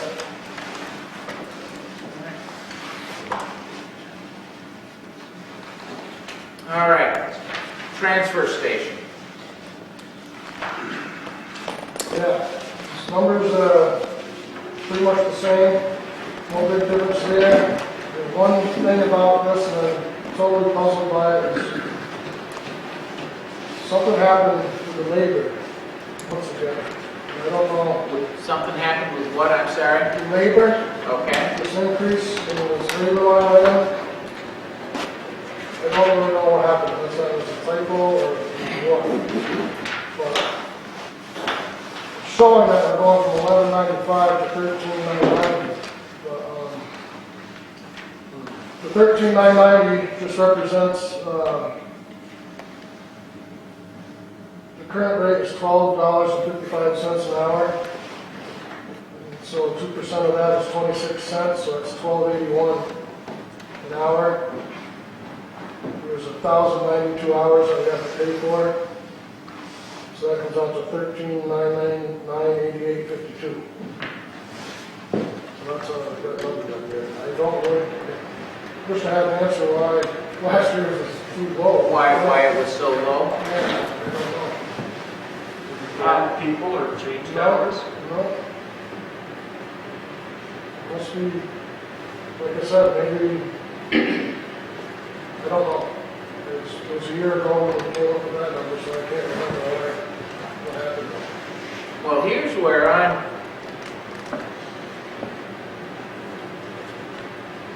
we're doing real well this year. Yes, we are.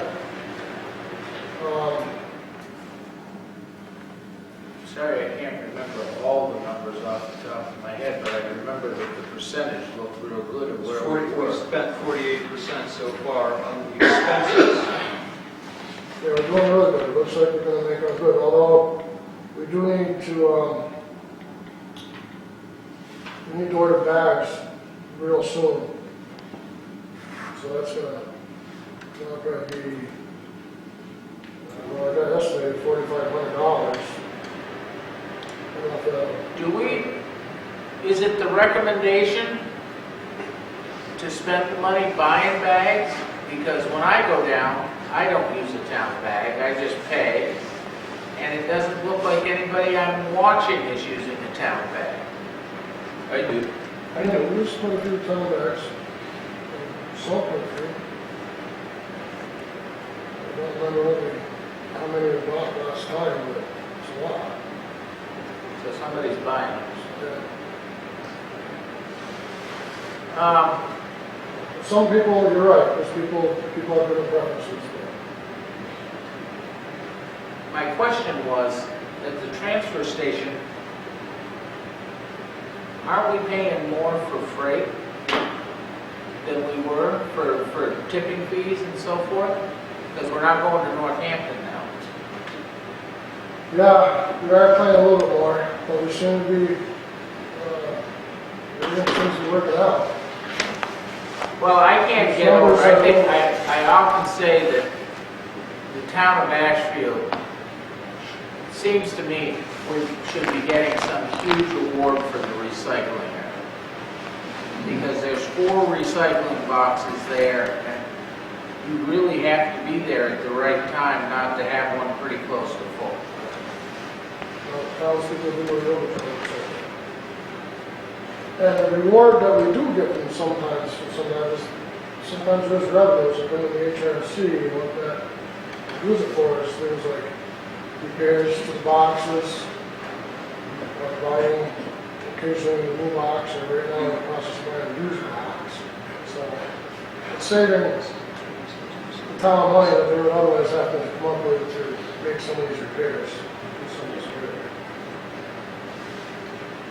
So there's beneficial.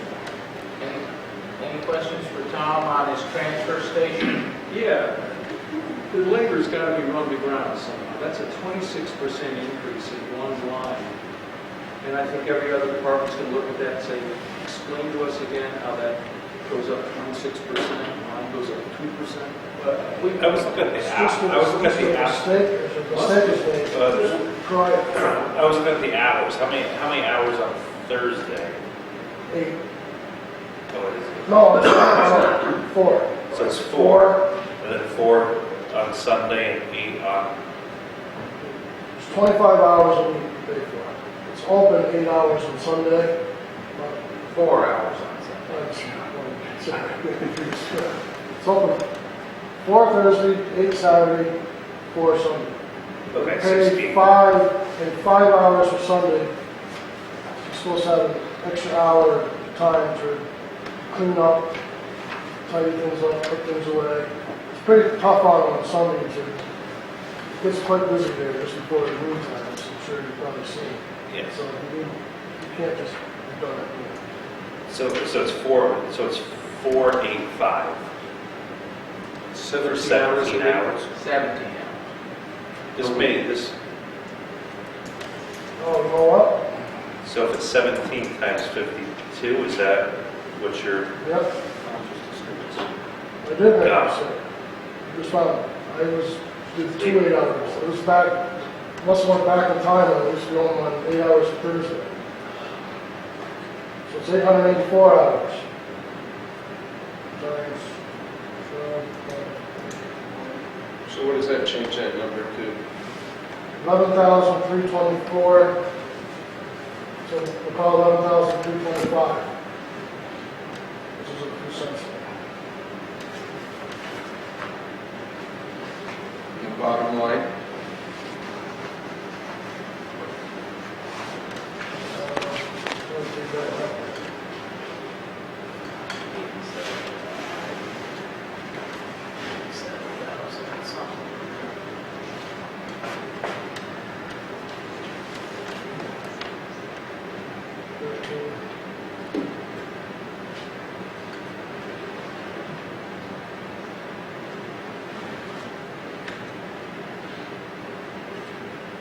The total operating cost will be $80,755, I think. That was, Say that one more time. $80,755. A savings of $2,665. Yeah. So the total for 89,479 has to be,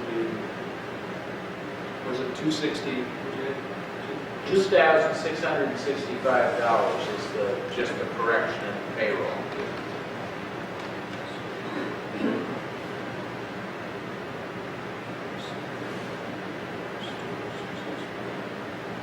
So the total, grand total is 86,814.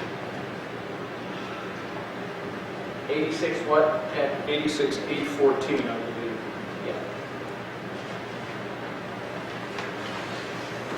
All right. Numbers went down. Number went down. yeah, sorry about that. People, well, that's all right. Some of us can sleep better. Were you saying earlier in the year you needed some improvements? Well, that's where I wanted to go next. Has Eric Weiss got back to us on what improvements we need at the transfer station? No, we haven't had a chance to really dig into that recently. We know what they recommend us to do, but I don't think they're going to make us do all that. We're talking the building itself? Oh, there is improvements that will be made to the building, or actually the whole new building. But the DEP is some other concerns, with sloping and drainage and Really? tapping and That was a year or 15 months ago that DEP sent us a letter. Right, and they try to quiet it down, so we got to quiet it down. I don't know if it's going to be. It seems to me that that's Eric Weiss's, that's part of Yeah, the big bucks we pay him. So can you drop a dime to him tomorrow yeah. and tell him that we need to have some idea of where we're at with this? Yeah, because we were supposed to meet down there, but we just haven't gotten to it, so we're gonna. I mean, my position is I'm not anxious to spend a lot of money there. But I'm not, I believe that if we appropriate money knowing that we have to do something, if it gets back on DEP's radar, at least they know we're not ignoring it. Well, what happened is they had some initial issues, and we took care of them right away, and they came and inspected, and they were quite happy that we responded and did what we did, so it's kind of went away. What were those issues, just quickly? Just Oil? general cleanliness, paint problems. Yeah. Maybe the gate was open and no one Well, attended the with gate it. was open, and that was a mistake. Okay. Sometimes what happens, workers and some of the trucks coming, they don't like, they're coming back, they don't like to close the gates. So one of the problems is the truck is out the road. So the fence is too close to the road. So they're halfway in the road, so they don't want to get in and out and close the gate. So that's that. Would you do that tomorrow? Report back to us so we can I'll get back to you. We'll call them, we'll set up a time. Hopefully the weather's gonna warm up and we can set up a time to get out here. So we get you through the highway, and we get you through the tree ward and the transfer station, and we talked about the lake. Is there any other position that you do hold or would like to hold? No. Definitely not going to work. All right, thank you for your time. Well, thank you. Thanks, Thank Tom. you. Let's hope that winter roads comes to a quick end and Yeah, good. it's successful sugaring season. How's that? That sounds good. Thanks, Tom. Yeah. All right. Just a question, these are placeholders, right? But that was for now,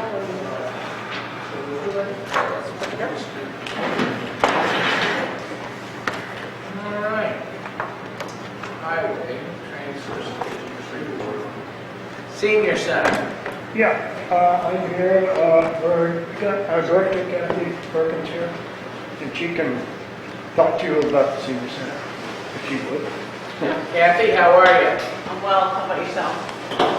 Any better, people would wonder what I was up to. Keep wondering. What do you have for us? Well, you have a copy of the budget proposal? We do. You do? Okay. Well, the Senior Center Board of Directors has also reviewed it and feels that this is a sufficient budget as well as a reasonable one. So as we move forward here, looking forward to having a year where our staff is in place, hopefully for the whole year. We've been in transition for a number of years, but great people in place. If you haven't had a chance to meet them, I hope you will. It's a really great team right now. So good board of directors, and it's nice to have Doug being part of that now. So we're moving forward. So actually, once the people settled into their staff positions, we've been, the funding really leveled out. So it's Okay. pretty similar to last year. In fact, the entire budget went down a few $1,000. That's also just kind of an accurate reflection probably in the programming line, where we had donations to the gift account that we can use towards programming expenses, and which is nice, so it doesn't come out of municipal expenses. So that's helping to supplement the funds this year. We had a group of people that had a successful fundraising effort for the center this year, raised about $7,000. So we're trying to put that aside, and groups trying to figure out kind of how much to keep for emergencies, and that's in addition to some other donations, and building on that, hopefully, in case we have a bigger project to attack, as we've all read or heard about, need be to Explore. explore, yes, yeah, wherever it might be. We are starting to outgrow ourselves in some areas, so it's a good thing. It's good, probably a good problem. So, but we do want to look ahead with the growth of the percentage of people in the areas here in Ashfield and Buckham, Shelburne, certainly. We're setting up a meeting with representatives from the other West County towns in early April to describe basically what we're doing, have accurate information about who can use the center as guests, and for other programs that are open to everybody. And then planning an open house later in the month. So we're trying to get information out there to other communities too, to see if they might be interested. And then putting together some options for either partial or full membership to join the consortium. So down the road as we grow, we're hoping if we attract others in, and yes, we might need either more facilities or a different type of full-time facility to accommodate this. There'll also be additional income coming in from other sources to support it. So working on a lot of different phases at this time regarding that, but anticipating even more growth. We need to be ahead of the curve here. So, so working on that. More participation activity in Ashfield over the past year, with different classes being held, and people being interested, and staff being able to come to Ashfield, which is nice. So a Tai Chi class just started, which has been popular, the osteo fitness program. The monthly luncheons are pretty strong with programming support through the senior center staff, but active people, Doug, Diane, and Wayne, and Marie Fuller's helping out there too. So, in addition to staff, the volunteers are coming out of the woodwork here in Ashfield to participate. So. Nice to see a plan come together. Yes, absolutely. So, we feel it is, and so the budget I think is reasonable. A couple of factors there that just to be aware of is out of the 3 staff that are entitled to medical benefits, only 1 is taking them. And so myself and Leanne are on our spouses' plans at this time. So, that. Thank those spouses for us. You can thank the state of Massachusetts for one, and Vermont, Brattleboro Center, I guess, for the other. But, if that changes, that could flux the numbers quite a bit. So. Kathy, should we ask her to have her, she's holding back, is if we get many more people, the hours of the staff that are involved now are going to have to go. We're right at the point where the staff is fully involved. There's no more hours, they're volunteers, it's beyond their hours. We did split one position so that, I thought to better utilize staff when we're busy, so you'd have 2 staff instead of 1. For the activities position, we had split up, but it also saved on benefits. So being under 20 hours, both positions, so we got 16 and 6 equals 22 versus used to be 30. So it saves on the possible benefits, but it also, we can have some overlap at times. But those 2 part-time So positions. the savings is used to improve the service. Yes. That's where I would see. Not that it's just a savings, that somebody's It's improved the service. hiding in a But mattress. we're at the limit, so if it keeps growing, next year, don't expect it to look out. Those, that's where I'm looking for other sources of funds as well as the towns. We just got a $5,000 grant to kind of supplement some of that staffing as well as try some test runs with transportation, which I'm hoping to focus on. We serve 8 towns through the transportation contract, so what I'd like to do is focus on Ashfield, and the other is actually Grow, because they contribute actually a good bit of money in the FRTA contract. So we're hoping to try to do some regular runs with the vans that we currently have, adding some hours to the part-time staff that do that. And that money's just through the end of June, but we're going to be doing some trial, more regular transportation from Ashfield. See how it works. So what percentage of the funding comes from outside sources? I mean, outside of the town? It's about, around the percentages for me because I don't have those, but dollars wise, it's about 63,000 out of 208, so A third. almost a third.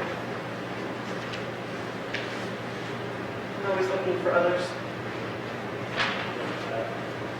How much of that is dependent on, I guess, what page is that on? I think that's what- Well, the second page of the columns. Okay. Yep, the FRTA contract would be other, as well as the other sources are, that does include the formula grants, which are the state grants that, I write the grants, but they somewhat guaranteed, and Ashfield and Buckland meet the minimum amount at $4,000 now, which is the highest it's been in a while. And Shelburne's just over that. So those monies, they actually come directly to the town of Ashfield as well as the other towns, and then that money then is sent back to the senior center. So those are, that grant is part of the other sources as well. And there's Mary Stuart Rogers Foundation grants, Title III, it's for home repair. That state money, are you, Your sewer You're revenues fair- you're fund. fairly confident that that's stable? Yes. So for this year, it has been, so. FRTA went down from last year. Over the last 2 years, we've been cut about 7,000. So, I mean, we're definitely packing more rides in, and we're definitely transporting more now. We have a little different setup. It's also getting the other towns to contribute to their FRTA contract like you folks do. So you contribute, I don't have a figure here, from the town, which goes into feeding that contract as well. There's a little bit. Shelburne pays the most, I think. Rowe pays a lot. Charlemont does pay a bit. And they're on the They're on the fixed bus route, the bus route, right, so a lot of their monies go towards that, but more comes towards the demand response that we provide as well. Trying to encourage the other 8 towns to work with that grant as well, and that will help up those numbers that we can provide to that contract. Kathy, what is your carrying capacity? I mean, I hear Wayne saying you're maxed right now where you are, and I've been to a couple of your meetings down at the senior center. In other words, say the town of Coleraine wants to join again. Do you have the capacity? Would you be cutting on service units for other towns to accommodate another town to come in, or what? I'm a little confused on that. And then I want to also ask you where you ended up with FERCog and the study on the sweetheart. Are we still waiting for that? Did you make the deadline? Still waiting to hear. I don't know if you've heard as a No, we haven't heard. application. But Buckland and Shelburne, as far as I know, haven't heard either. So, Okay. yeah. I've been asking, but no word yet. So we hear on that. But on the other question, if one of these other towns wanted to join back into the senior center, what would happen? Well, with the additional monies, basically I would add to those 2 part-time staff where we split the activities position. Our outreach position, she works 32 hours. I think I could see working with her maybe a few more hours. She really does a lot with that position. We've recruited a volunteer to assist her, and that's happening right now. But you're maxed out on space too, aren't you? Well, at times we definitely are. So where we prioritize the consortium towns, Yeah. we usually haven't turned away a consortium town Yeah. visitor, put it that way, where we can limit that. And that's my concern too. I don't want, if we're continually trying to encourage more people from Ashfield to come, why would we then, right, have others come if there's a space issue? So it's kind of a tender balance where, okay, some of the towns want to have a little relief from the tax burden, so can we get another town back in? Yeah, versus see if that space? fits. So it's a juggle. So, we're talking about having more sessions of the same program where something might be full. So instead of having just one class, we'll have 2 and split it up. Those Thank kinds you. of things. I'm impressed that you've seemingly done so much in the budgets that are not going up, in fact, held steady, down a few dollars. It seems to me there's a lot, given the newsletters that we receive of all the activities going on that are publicized maybe than before.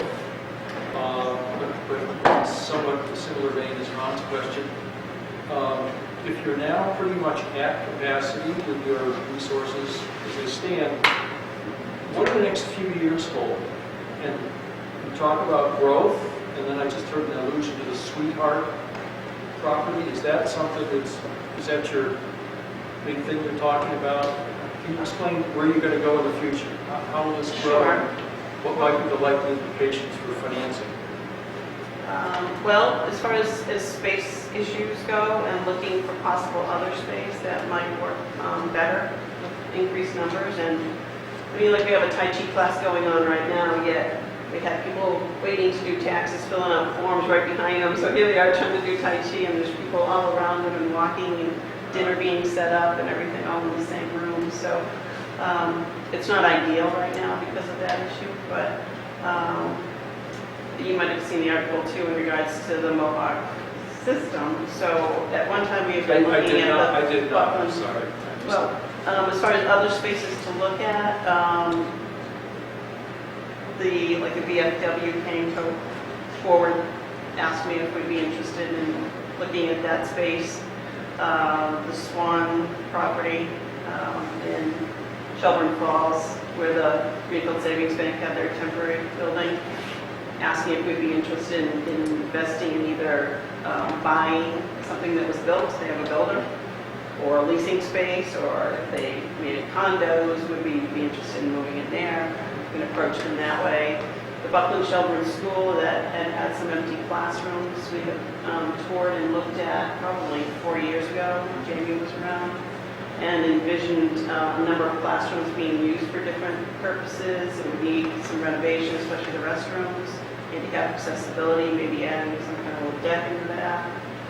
Working through the issues of quarries and all of that, and multi-generational kind of setting. Would there be meals, those issues. So we had kind of started to look at that as far as the school goes. Got stymied by the weatherization that the school was applying for. They had to show educational use for every space that was going to be improved. And at that time, the senior center didn't have on paper a complete plan on some kind of educational use of that. So it kind of faded at that time. And we thought about kind of a resurgence of that interest with the schools. And I think maybe the door's open right now with the article of Lanaconti talking about the long-range planning committee with the school department, as well as the Shelburne long-range planning committee, looking at spaces in the town. So, the Powell Gym, the Arms Academy, the town hall. So we've met with them as well. So I think the time to look at the schools is appropriate now again, and see what's there, show an interest, and see if that would be feasible. The Sweetheart came up because Shelburne was looking for a new police station location, possible spaces in town hall for town offices, and then knowing the Sweetheart, the senior center was busting at the seams. So basically, we took a tour of the Sweetheart again, which we had looked at with Jamie years ago also, and asking to envision it, floor plans and the whole bit, and no problem envisioning up there. I mean, it's a shell right now, but it is structurally fairly sound according to the owners and seeing what they have done. But there's plenty of space there. My feelings were, okay, I'd be interested in working on the project only if there was, private-public partnership where there's going to be other revenues coming in addition to town funds, because it's huge. I mean, the building is huge. It has tons of memories with people. I mean, people have positive associations with the place. We've worked on parking and all of that. It's issues that we've worked out as far as those things. Space-wise, it could be just a top-rate, attractive facility for all ages, whoever's in there. The senior center is going to give a beautiful setting, image, classy. It's going to be attractive to not only the towns that belong now, but new towns that might want to join. And we have the additional space to be able to do that. And hopefully bring in those revenues at that point. As far as compatible people that lease some of the other spaces, there are people interested. Twice now, there's been groups of people that have looked at the Sweetheart, figured out their own basically in-house feasibility studies as far as what it would take to renovate the building, what they would do with it, what revenues they could bring in, and could it work. Purely on a business retail basis, they found that there wouldn't be enough to be able to pay for the cost of the building and the renovations. But with public entity and the access to public grants, now, we're thinking that it's possible. And really, probably a strong fundraising campaign would need to be done as well. And got people out there stepping forward to say that they're interested in that project. So I just, got really excited at the thought of, yes, really taking it to another level. And, we would be there. We would be the leaders in this effort to accommodate all residents. think people would want to travel from Ashfield even a little more to come up that way. Oh, But, it'd be beautiful to be in there with, you know, and it could become a function facility. I said, it's so great to have your own space, lock the door, come back the next day, it's all the way you left it, But, in designing it, once you're renovating it, you can do that in such a way where you close down your portion and it could be, used for public use. And it could be a beautiful function facility again, when you design it that way. So it'd be really nice to have for this area, to have another function facility that could seat, 125 people or whatever, 150. So. anything over there, Tom? I was just having trouble figuring out the numbers on the front. Oh, sure. Came Okay. up with what I was looking at was the fiscal year 15 total town assessment was 145,471. Yes. And then how do we get to the 28,560? Okay. So there's two components. There's one that's an assessment based on a 5-year average, and it's based on usage. Okay. So at the bottom of that page, you'll see the 5-year average, and Ashfield comes out to 17.05% of the overall use. So that's multiplied by the total cost that you see in the middle of the front page. So that's the salaries, benefits, and operating of the 122,395. And then added to that, according to the consortium agreement, each of the 3 towns pays an equal amount of the facility costs. And that's the additional 7,692. Okay. Yeah, right? Yeah, that's what was thrown Okay. out. Done. You were trying to apply the 17.5 to the whole number. Yeah, I really didn't understand all the numbers. So two parts, the assessment Okay. and the fixed. That clears it up, thank you.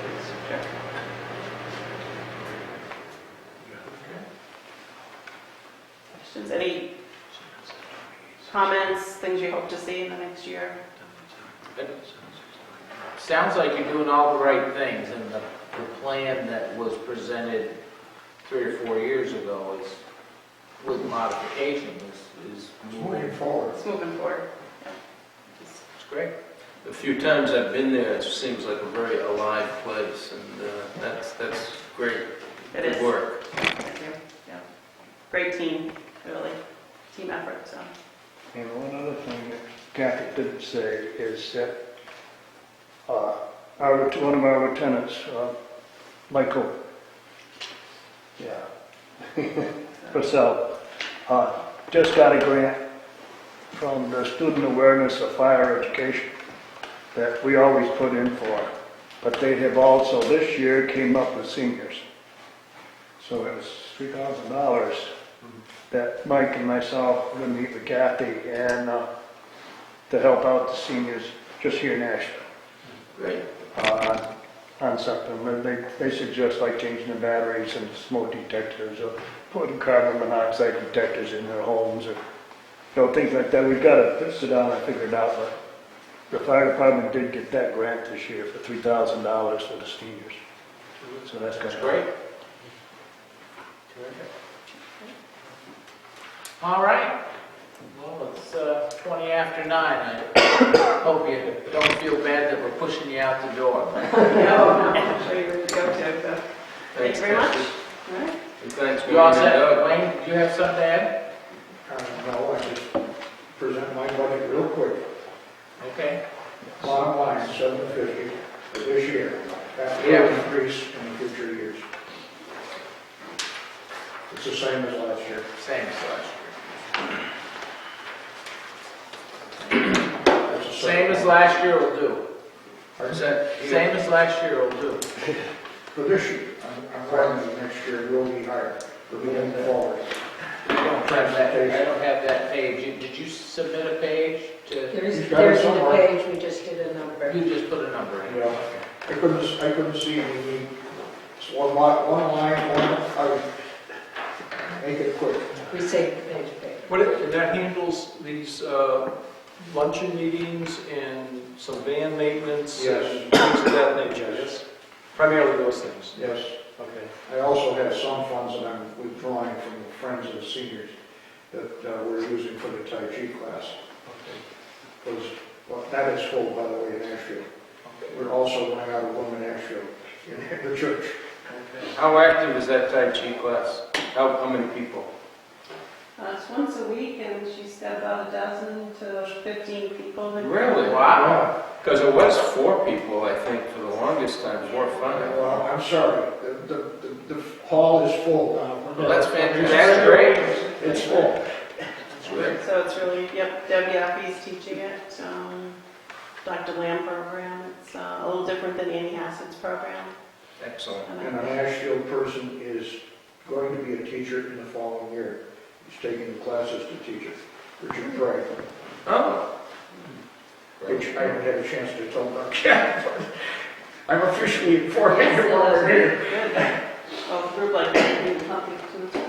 Yeah, he's helping out. Well, as long as those two don't get, distracting, if you can keep them apart so they get along all right, Doug. Oh, yeah, that's why I'm in the middle. That's how you're gonna. All right, well, thank you very much. Thank you. Let's shift gears and talk technology. Okay, How you doing there? I'm good. How are you? You rushed to get here at 8:30 and here it is an hour later. I'm glad I didn't try any harder. But I got the kids all tucked in, so Good deal. Good deal. And your page is double-sided. It's double stack. Who are these that now it's us? So, tell me where we are. What, I've got a budget here of 11,600. yeah. So what this represents is a little bit of a change, because what I'm suggesting is that we add in the telecommunication expenses for the town hall into the telecommunication committee's budget.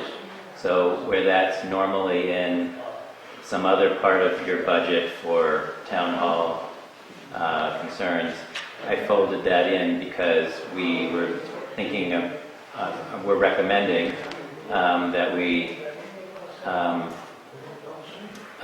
move to the fiber optic connection for the internet, and also replace our existing phone system with a new one that is called Voice over IP, that would provide a more modern phone system that would meet some of the long-standing needs of the town hall staff that the current system is missing.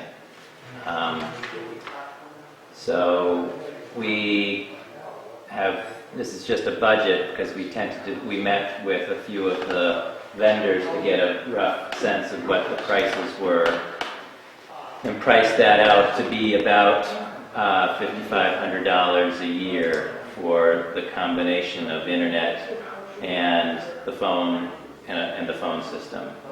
That doesn't include some upfront costs for some equipment for the phone system, but the technology committee still has money in their budget for this year that we could apply to buy those replacement telephones if it looked like this proposal was going to fly. So in addition, so that's the main addition to the to our budget, and in addition to that, the line items, $1,000 is our dues to Wired West, which is the cooperative that we're a part of. I think that's, I don't, if you'd like me to argue with that one, about that one, I can, but I think it's a fantastic investment that we're making, because with that contribution, we're leveraging the money that we put into that to, right now it looks like very likely that we're going to get $50 million from the state. So that money has gone, I think, ultimately turned into an excellent investment, and that money is going to continue to support mostly volunteer efforts to continue to develop a last mile solution. Then the rest of this is just the small needs of basically of town hall IT. Town websites, for example, it cost us $900 a year, which is a fantastic deal. So we expect maybe it might be $1,000 next year. We haven't received his proposal, but maybe up to that, plus another $300 for backups and such, and a few other line items that I've listed in terms of some software upgrades, PC maintenance, and then just generally some $2,000 for time for a consultant at $100 an hour, which is just to be in case there are some IT needs or whatever, we need to bring somebody in. Sure. So that's the overview of what we propose. The website, Yes. is the committee, you're monitoring that to a certain extent, I mean, It's using part it of and our- so forth. And happy with where it is and where it's going, and, I mean, you're happy, you seem to be pleased with how little it costs us. Well, it's interesting. We had discussion about that just last week when we met before, and that we're not overjoyed with the website, but for the price, we get what we pay for, and it would be potentially a big expense were we to go with a different vendor or redo the website or something like that. And so we discussed whether that was an initiative that we thought was worth pursuing at this time, and we felt that while there's some difficulties with the website, and that it could work better, and so on, we just didn't feel like that was a priority. It may be the case that we'll ultimately rewrite it ourselves sometime. When you're resting, What's that? when you're resting. That's right. But anyway, so that's hopefully answers your question. As far as the website goes, a question came up last week at Select Board meeting. The committee is fine with when requests come in and we approve it for postings and what was the request?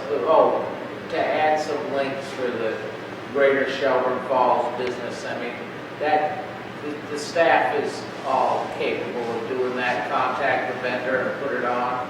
Yeah, we maintain a bunch, but Juliet maintains a bunch of these different pages with links to local things, local organizations and other municipal sites and so on. And so if somebody has a recommendation, they send it to the webmaster, and either Charlie makes the change or we make the change.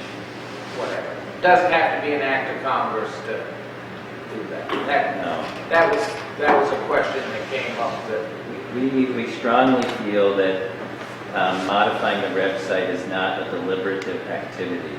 And so this is our job that we're doing to maintain the website. So these are just things that we do. If something comes in, we make a change. so I'm not wrong in thinking that as the committee's working on this, they understand that it's kind of almost a living, growing, changing thing, and that it has to be able to be done without a UN declaration. Absolutely. Just checking my thinking, that's all. Okay. So I do want to, I guess, comment one more thing so last year, the town gave us a substantial increase in budget because there was a particular concern at that time in terms of the town wanting to be in compliance with the state's recommended regulations for document management systems, and that there was also an interest in establishing technology that would better facilitate or make it easier for us to handle requests for public documents and so on that might involve searching electronic documents or searching emails, etc. So we spent the better part of the year talking about different kinds of systems that might be appropriate, but we ultimately have not endorsed any investment in any large system that's officially a document management system because they seemed to overkill for a small town like this. Instead, what we've been focusing on are simpler problems, like centralizing the storage of our data so that it's easier for us to search it using standard Windows tools. Coming up with a policy that for public record requests for emails so that it's simpler for the town hall staff to search and find and retrieve those email records and provide them in a standardized format so that if somebody requests a set of emails, you can say, here's the steps that you take. It gets put onto a thumb drive or a CD-ROM, and if that requester says, but this isn't exactly what I wanted or it's not in the right format, we can say, but here's our policy that we've established for the appropriate way of handling emails, so that there's less back and forth and burden on the town hall staff to deal with that. You haven't made that policy yet. You haven't come up with that We yet. did. We drafted the policy, but we haven't finalized it because we drafted it about 2 months ago, and then my job is to sit down with Dan to try to work through it and see and work out the kinks. But we have a working draft of that policy. Good. So, in terms of the document management, it's unlikely that we could ever come close to meeting all of the requirements that the state itemizes in this document about appropriate document management systems because it's designed for large towns with IT budgets and huge software systems and so on. That includes all sorts of things about tagging documents and documents that have to have certain expiration dates that disappear off the system and all sorts of things like that that just are not appropriate for us. But I think we can make a reasonable claim that we're doing our best to follow the spirit of that, of those guidelines by following some relatively simple, taking some relatively simple steps. And so what we are working on spending our budget this year, doing some of that budget is just creating a central file server and what's called a cloud-based backup system.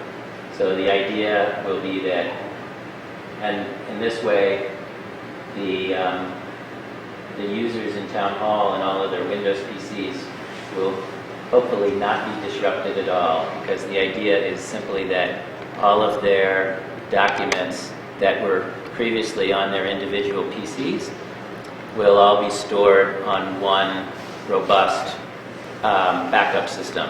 It's called a RAID drive system, which means that if it fails or something, we don't lose the whole system. We can just swap out a drive.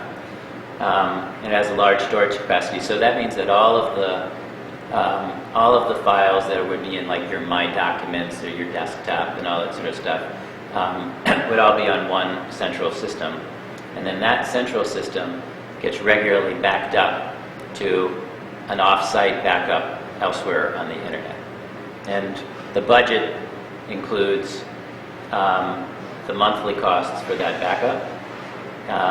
Our budget this year will be enough to cover the costs of installing that server system. And we still should have money left over to purchase the phones for the voice over IP system if we choose to do that. That's my proposal. I really appreciate all the work and thought that you and the rest of the committee have put into it. You know, as far as this document sharing, and all the state regs that go with it, I mean, it is absolutely a rat's nest. And it seems to me that it's a trap intentionally set because, you know, these things are supposed to be available, and then the lawyers, the town council and so forth will tell you, you know, you don't want to do it because it's not so much as, it's pretty easy to share information. It's really easy to share information that shouldn't be shared. So you really have to take your time and be quite qualified to make sure that no personal information, you know, God forbid, put a social security number out there or something like that, that you're, you know, that somebody would, Right. that would want. I mean, we've been running into that, is that, you know, they want all the information, but, you know, don't give up any of ours sort of deal. So Right. it's a really a slippery slope. I mean, it's a path unmanageable for me. Yeah, we talked in the early days about some kinds of systems that would make it easy to publish documents and share documents, and we realized that it's just would be a really complicated mess. And when there are requests for public records, then they have to be reviewed and redacted and so on, and so it's just not a simple matter of just saying, here's a link to this document. There's more process to it. So instead, we're just focusing on basically our data integrity issues to make sure we don't lose documents and such. And the second is if we need to search through electronic documents internally, that we have a system that's simpler than going from PC to PC and performing searches on those individual machines. Betwixt and between, we've come under a lot of public scrutiny, this board, unfortunately, and it bogs us down, really slows us down. But I respect what you're saying also about this being a state mandate, sort of very daunting exercise. I wouldn't necessarily call it document management from an IT point of view, but I would call it more of a layperson document management because we have so many volunteers in this town that are just going PC to PC, no cloud, no central server, no nothing. And theoretically, we have some requirements that we, under the Secretary of State, that we're supposed to manage these records and control what goes in these communications. And the people inside there, I'm not pointing to the Finance Committee, but the people in the town hall don't necessarily even know what the library trustees are doing or what, and how they're communicating. So how are they supposed to get a record from them? And how are they, what happens when someone's computer at home and they're graciously using their own resources and not town, what happens when they melt down or divulge some private information? So I agree with you on trying to take a volunteer labor force through document management courses is almost impossible to do. But coming up with an operations manual, standard operations manual, saying, okay, now we've got the cloud established, you know, all information will be published here. Remember, the courtesy of writing emails. You know, some people don't even know what they're doing when they're writing emails, and they could be writing things that expose the town in an improper way. You know, things like that do happen. So it seems to me that a handbook, a very basic one that we can improve upon, that we hand out to volunteers and say this is how it's going to get done once you get the cloud set up, would be really the first giant step. And I think the cloud is a critical thing. It came at the right time, the capability to get up there and then do that backup, because I don't know how to join all these things.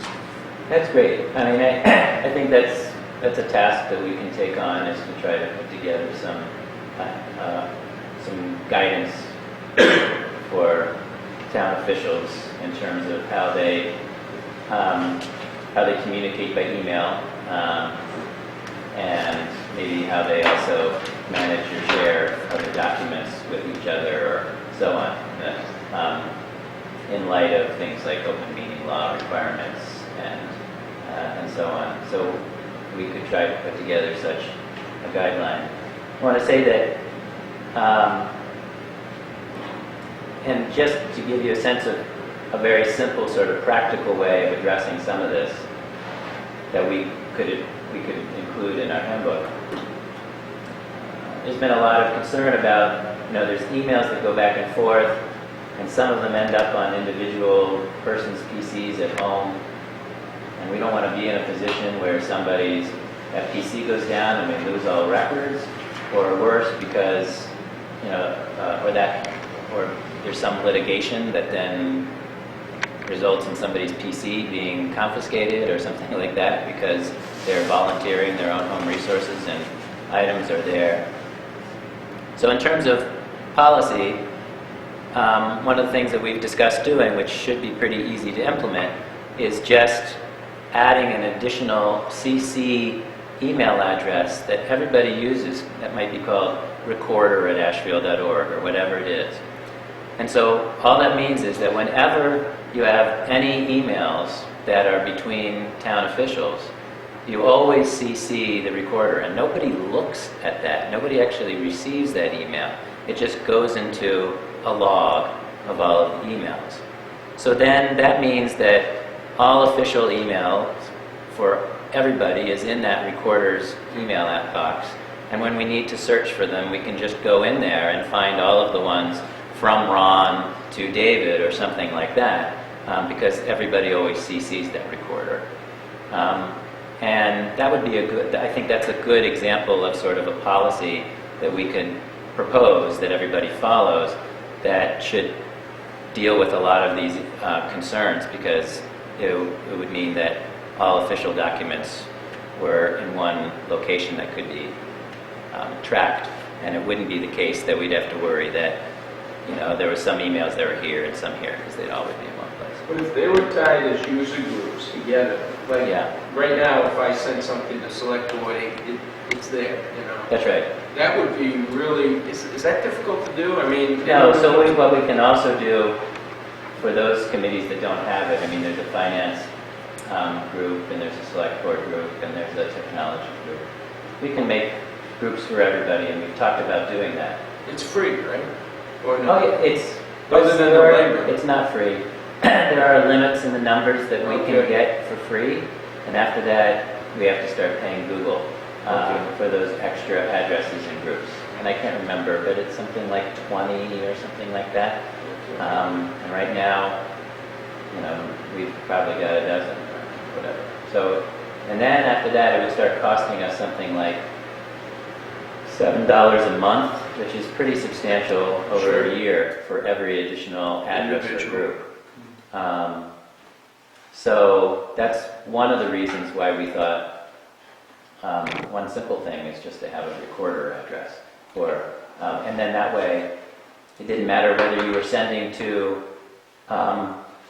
because for example, suppose you were communicating with somebody at FERCOG. You wouldn't necessarily want to CC the Select Board in order to ensure that that was stored as a public record on our system, but you just CC recorder when you send your email to the FERCOG person, so that then becomes part of our records. I currently do that. Yeah, I think that's a good idea. It's got to be in a handbook, though, that says all town business, you have to use a CC recorder, That's right. Otherwise, people won't do it. Right. But I probably won't use recorder, because then somebody might think that... Yeah, Greenfield recorder. Do it, the Greenfield recorder, but you get the idea. Yeah. Maybe it's just cc@ashfield.org or something like that. Maybe that handbook, maybe it's not tied into the personnel handbook, but is a standard operating procedure on the web, posted to your ashfield.org. Yeah. So that these volunteers, because I never know how often the personnel handbook is updated, and this way you guys could change it as you get new ideas and keep us abreast of what's going on, and just have the most current thing on the website. It'd be kind of neat, because it's just such a revolving board. Not only this board, but all the other boards around, and I think Yeah, it's a sticky wicket. Be a good thing to do. But thanks, that looks good. So the big addition is this voice over IP, the And potential. the internet too, combined, yeah, because instead of us subscribing to DSL, we would subscribe to the fiber optic and a voice over IP system, yeah. So there would be some kind of transition at some point after the new fiscal year.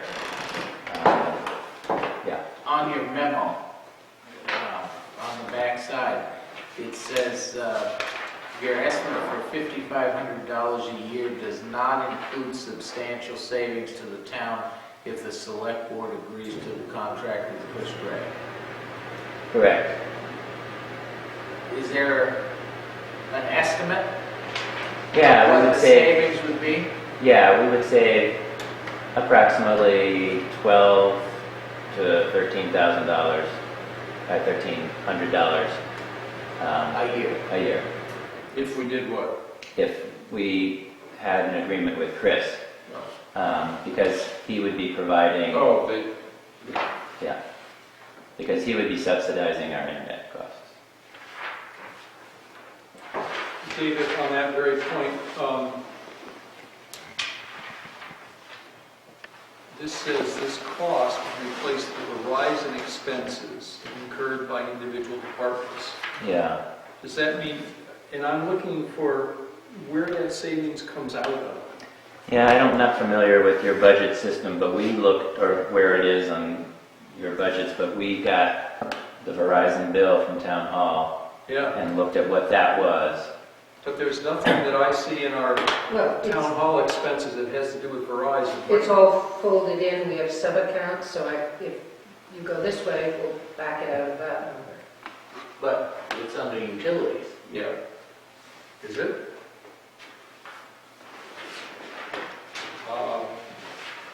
It's very good.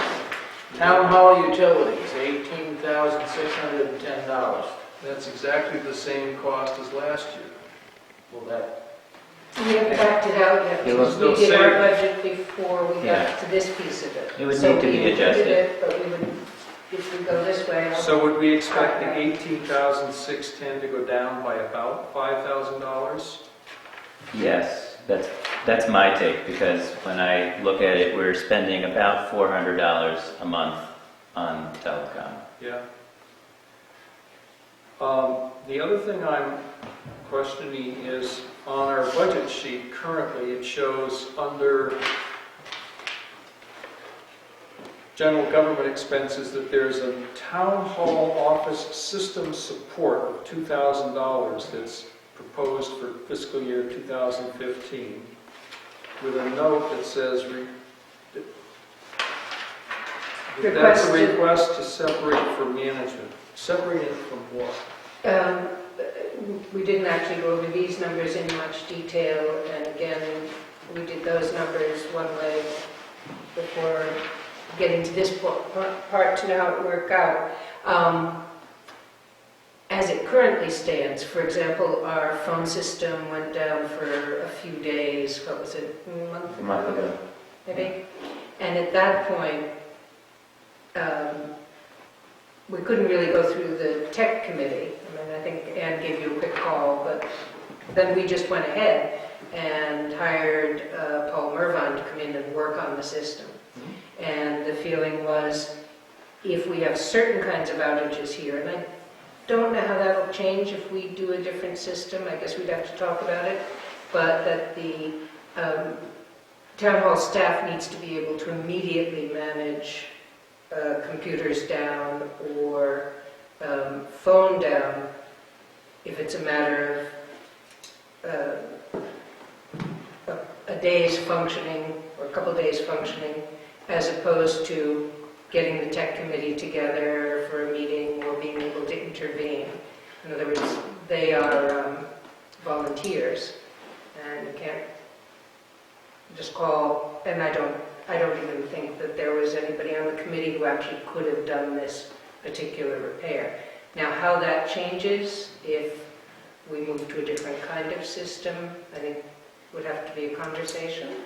I Yeah, see that you have money in there for repairs. we do have Right, so maybe that's double in the and maybe then it's just a question of the authority about who has authority to That's what it spend. appeared to me that this might be double counting, that if we have a $2,000 amount in your budget for repairs, I would think that's one and the same thing with the town hall office system support. It looks like it. I want to make sure we don't pay twice.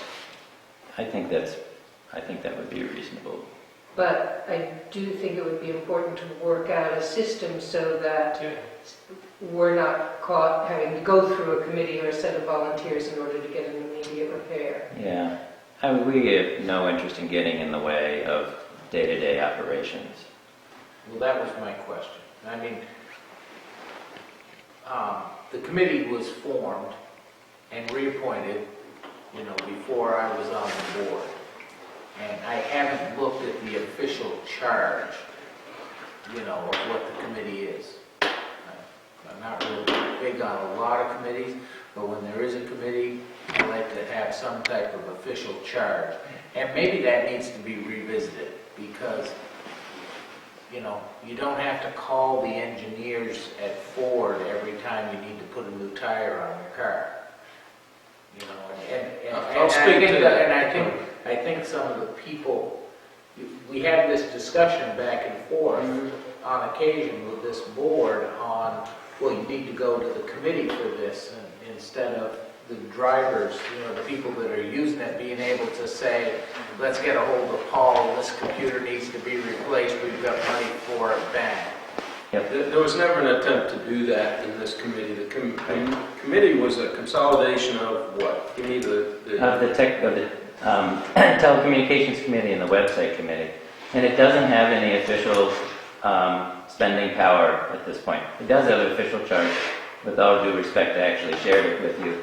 But I can send you. And we worked. Oh, that's right, I can you did send- share it with me. And that charge came back and forth, and Yeah, I can send you that mission statement again. But it doesn't give us any spending power currently, although there was some discussion about whether that might make sense for various reasons that we would have spending authority. But right now, when I just sent an email to Mary asking to purchase a piece of electronic equipment, and then she goes and does it as the office staff. And I think that's perfectly fine with us. We're happy to help make purchasing decisions and guide our technology decisions and help with the budget, but would prefer to have the authority in those people who are doing the day-to-day work as needed. And I think we'll see the value of the IT committee at the next hearing that we're going to have relative to broadband. So, we spent a fair bit of time. Yeah, This kind of I budget forgot all effectively about does doesn't it invest in this committee as spending authority? Does it affect? I beg your pardon? Ted? Well, to approve this kind of budget effectively vests in this committee a spending authority, does it not? It hasn't been clear in the past year. It doesn't mean they write checks, I understand that, but it No. says that, we agreed that they're going to spend this, they could spend up to this amount of money for these kinds of things. Right. I think where I'm at on this is that the committee and David have come with a recommendation of what the town should have available Right. and a roadmap for us to get there. Okay. Now, let me go a little further. This has to do with largely town hall type operations. What about the police department, for example, and its computers and its software and so on? Is the IT committee in a position that would make some sense to kind of somehow reach into other departments to see to it that these things are perhaps better managed or differently managed? For example, phone systems, will this involve the phone systems of the police department as well? It's a great question. But we've assumed that it is our charge to be concerned with the information technology systems throughout the town, which includes the police department. And we've actually been down in the police department. We fixed up the network, for example, here in Town Hall, which included addressing the police department. There was, and there's still some work to be done. However, we don't consider it our charge to include in our responsibility to include in our budget software, for example, that's specific to their operations. For example, they may need to purchase a new license for their IMC database, for example, and so on, and that's their responsibility. But we do consider it our responsibility to deal with the security of the network and things like that. And the phone system is one that would be ultimately town-wide, but our focus for next year is just this connected building and the fire department, because to integrate the phone systems in the water treatment and the highway department and the dump, etc., makes things more complicated. But I think ultimately we do see that those are also part of our concern. So that makes perfect sense to me. I mean, the does too. IT committee doesn't need to be involved with whatever software and so forth the assessors need. You know, things that are specific to that. Right. But we will make sure that the assessor systems are backed up properly and so on. That's the kind of assistance I think all departments need and will welcome, right? That's important. That's good. So this bottom line number should change by $2,000? Well, it's not clear to me where that comes. Whether, it seems to me it's perfectly sensible to leave it under the technology budget, but if it's there, I don't know that we need a town hall office system support line as currently in the budget worksheet. I'm just saying that it strikes me it goes one place or the other. I don't have strong feelings. I think that number is there to have us have the discussion we just had. Good. Is that correct, Mary? It is, but I feel like there's a thread that may still be out there, which is you're thinking that the authority is with the tech committee to actually do all the purchasing or approve getting repairs and so forth. And what we've found is it can be some of it residing in the tech committee, but some of it residing with people who actually have to do some things sometimes quickly. And we just realized during the course of this year, there were a number of us pulling things from the same line without any clear idea of how we were coordinating with each other to know who was spending what when on the line. And so Well, the way I, correct me if I'm wrong, but I think the discussion we just had is that the office staff through the select board would be the ones actually doing it, and the day-to-day, the stuff that needs to be done quickly, make those decisions, get it done.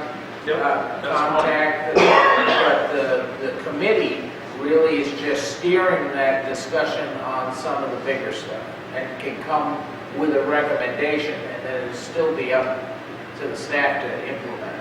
Does that sound correct? That's what I would like. So the $2,000 should come out of this budget. Because if David's responsible for his budget, you say you have no signing power, but you do, you're fiscally responsible for this. Right. Mary's concern is that if that went up to 2,500 and she was just drawing on it without your knowledge, it seems kind of crazy. So it should be over there where she, where the town hall staff has access to it. However, in that same line of thinking, each of these line items, most of them, would get moved someplace else, and maybe rightfully so. So, for example, the money that I'm proposing for the internet and the voice over P, those would be bills that come in to town hall that somebody's going to be paying. And we don't necessarily need to be approving those bills on a monthly basis. So I don't care how it's done, but we're just trying to advise what is best to budget for. I think what's important is that this is information technology expenses. It's not IT committee expenses. Okay, Well, then this looks like it's a menu of stuff that ought to be sort of loaded into different lines of the budget, right? For example, instead of utilities being 18,000, et cetera, whatever it is, you take out, you strip out the Verizon $4,000, and you vote in the $5,500 for this VoIP system. And likewise, you take out the $2,000 for this budget repairs and you put it under town hall system support and so on. I just don't want to be counting things twice, that's all. Right, and I think it's easier to take things out of those other accounts and put it into one account and have it charged to it.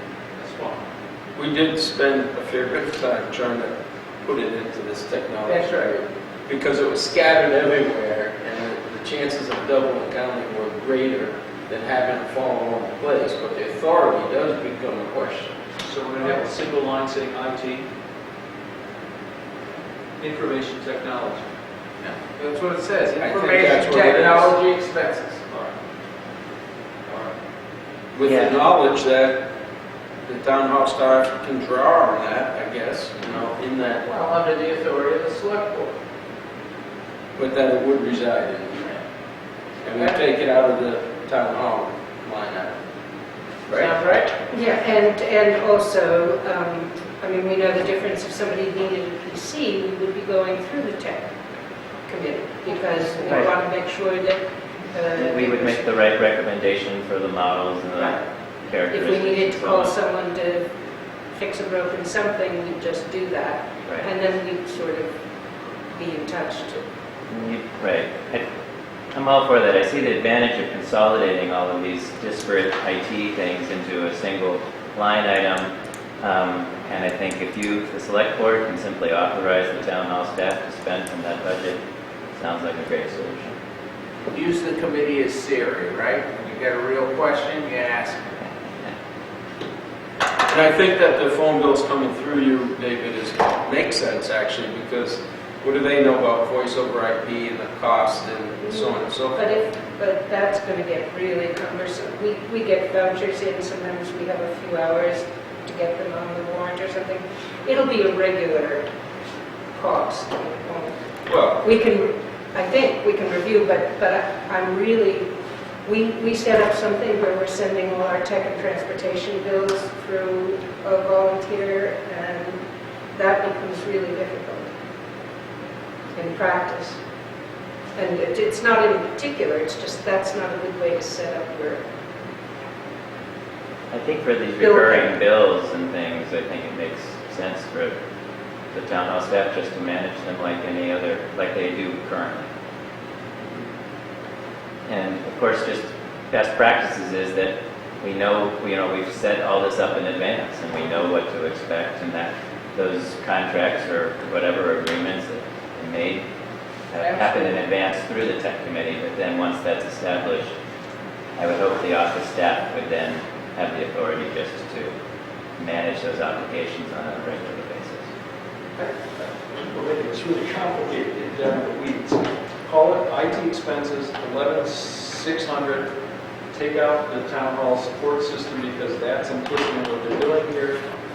Town hall staff spends the money. These are the advisors we get consulted about what model, Yep. stuff like that. We're done. The Now- second departmental budget. There's a Now, bunch of stuff in the it. money, have we appropriated a whole lot too much money for this year? Not a whole lot too much. We will have, There's probably a better way to phrase it than that. well, he needs it to buy these phones. let me just say that We appropriated 12,009, and the balance remaining is 9,500. right, I mean, we have some significant expenses still before the end of this year. I'm sorry, I can't find it just at this moment. Our expectation is to spend around $7,000. So we will have some surplus that'll go back. Part of the context here was that was money we anticipated needing for the fiber optic becoming available, so we had to do the transition. The schedule of that got put off, so our figuring out how to spend that money has been delayed as well. So we're kind of running into the end of the year as that's starting to happen now. So that's why there's so much money there. We had anticipated spending that sooner, but then the schedule slipped, so we didn't. I just, if there was an extra $7,000 or something laying around, You'd want to know that. I'd like to scoop it up before somebody else got their hands on it, yeah. So just to that point, did you mean 7,000 total by the end of this year, rough? Yes. Or 7 plus the 3 that's already been spent? Sorry. So, we expect to spend about $6,600 more. More, and we've already spent about 33, so. That's right. Any other questions for David? Thank you. Thanks for being so patient. Thank you. I just wanted We to make, expect it from Brian. wanted to make just one other comment relative to the conversation earlier about how do you take care of day-to-day repair, outage kind of issues. With the path we're on, we're going to be moving more stuff to be dependent on the internet, the phones and the backup for the computer systems and so on.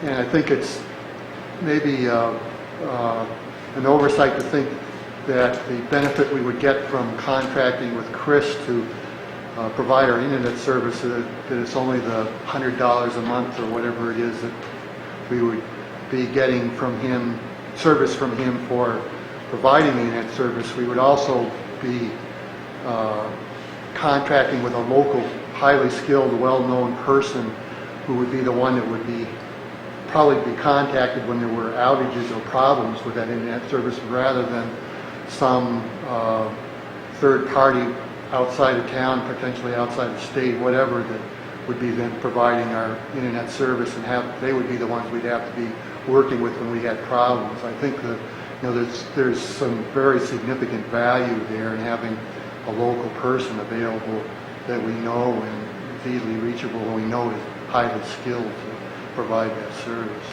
It's something to keep in mind as we go through this debate about who's going to David, do you're it. aware that March 8th, is it March 18th?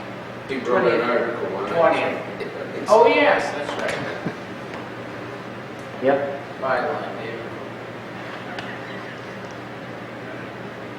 Very good. Thank you. Okay. Appreciate it. All right, Duncan, you're up. You're, by the looks, the last on the hit parade. What do you think? Board of Health gonna need a little money. Well, I didn't ask for any more than what we got. That seems to be adequate, but one never knows, but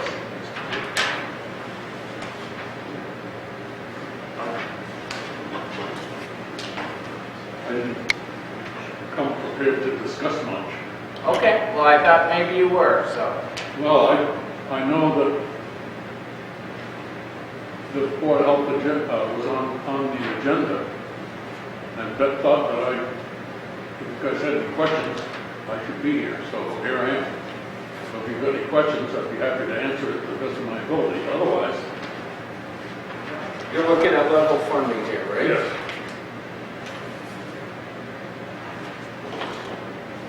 The wages, those are for the Board of Health members, the stipends, is that what that represents, do you know?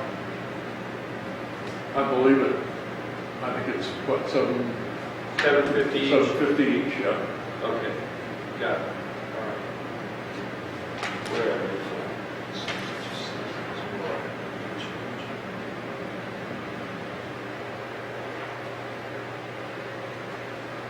And the health agent, that stays the same? Is that a contracted person? Currently we have 2 health agents, 2? Yep. and one of them is actually on the Board of Health in Conway. And he does all of our Title V stuff. Yep. And the other health agent is Claudia Lucas, and she handles everything else. Food inspections, restaurant inspections, and whatever housing inspections or other Board of Health issues. But there's no need to increase those wages at all? Well- They're paid as stipend? How does this work? you got $8,000 in there, and there wasn't any increase in that. You just don't expect there to be, I mean, I'm noticing here on this last expense report that Yeah. they've only used 43%, Right. when we're 65% of the way through the year, How so. do they get paid? Are they on a retainer, or they get paid, they don't get They paid by get hour? paid for the time they put in. Okay. So if you have a lot of septic systems to inspect or subsurface soil investigation and such, it'll increase that number. That's correct. Yeah, Carl sent us a bill. He has a subset of things that he does.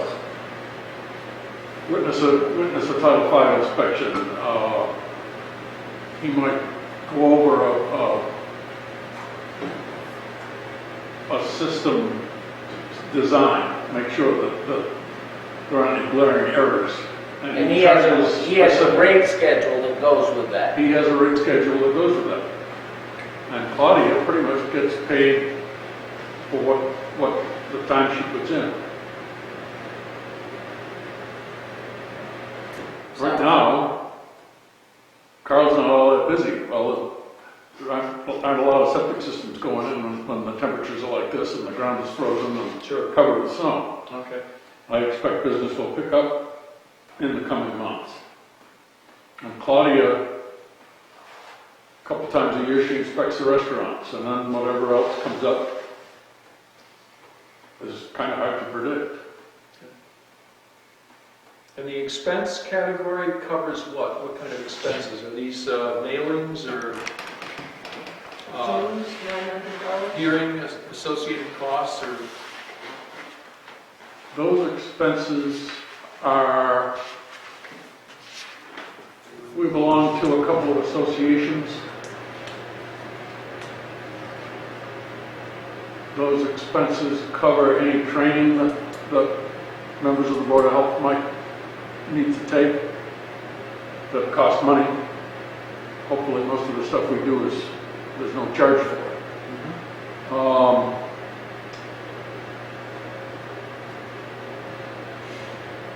The Board of Health is required to handle any sharps, syringes and that kind of thing that people in town have.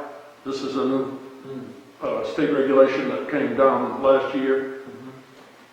And when we've got a box that's about, I think right around 4 cubic feet, and when that's full, we have to pay to have it properly disposed of. So that's part of what that expenses are. Your flu shots, where do they fall in the flu shots that you administer? Is that a grant? The flu clinic, the vaccine is provided by the state. Okay. People make donations, and we pay the nurses that administer the shots out of those donations. So the flu clinic, essentially, the flu clinic pays for itself. Well, I just happened to notice that the only increase from 13 to what's being proposed from 15 was the increase that we put on to the stipends last year.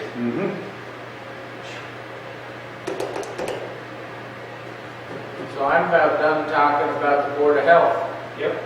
It's all set. Thank you. Thank you. That's good. Thanks, Duncan. Anything else we need to go over this evening on as far as budgets? Looks like everything else is pretty straightforward. Well, we're behind on some stuff. Have we gone through the town hall, planning board, stuff like that? Because the big topic for the next one, 2 weeks from now, is the schools.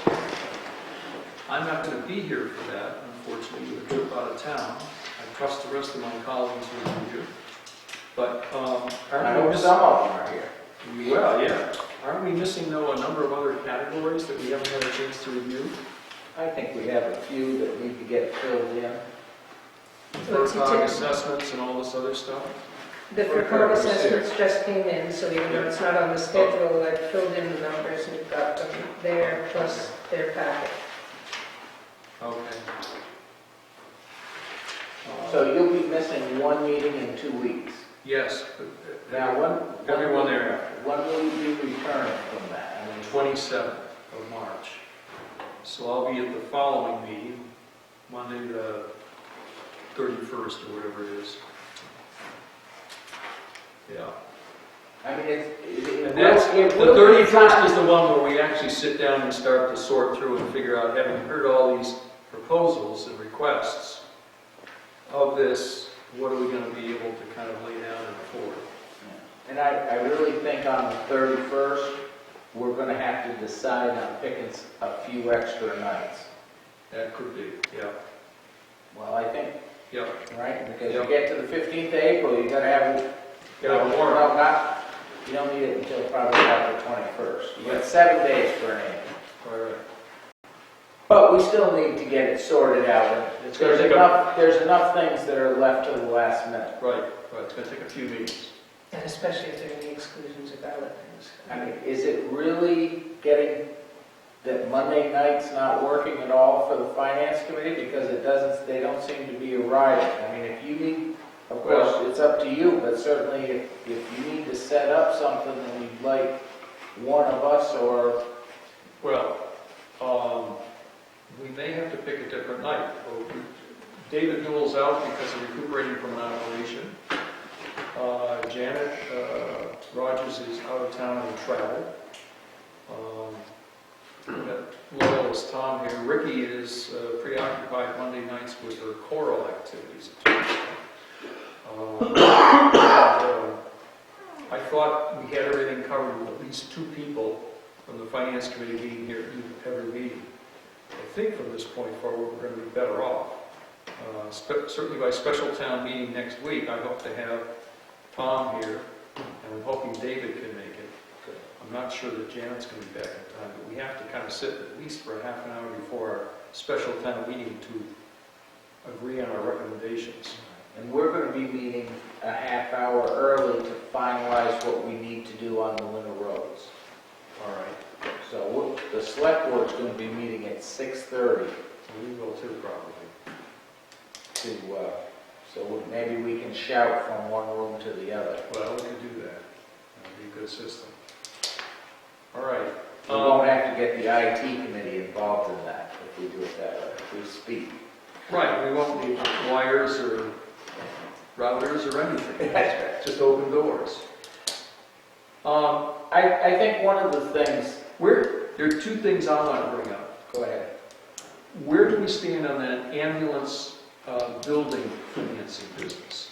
I'm glad you asked. That was the next thing I was going to I discuss. see it in your eyes. Great minds run on the same channel, say that.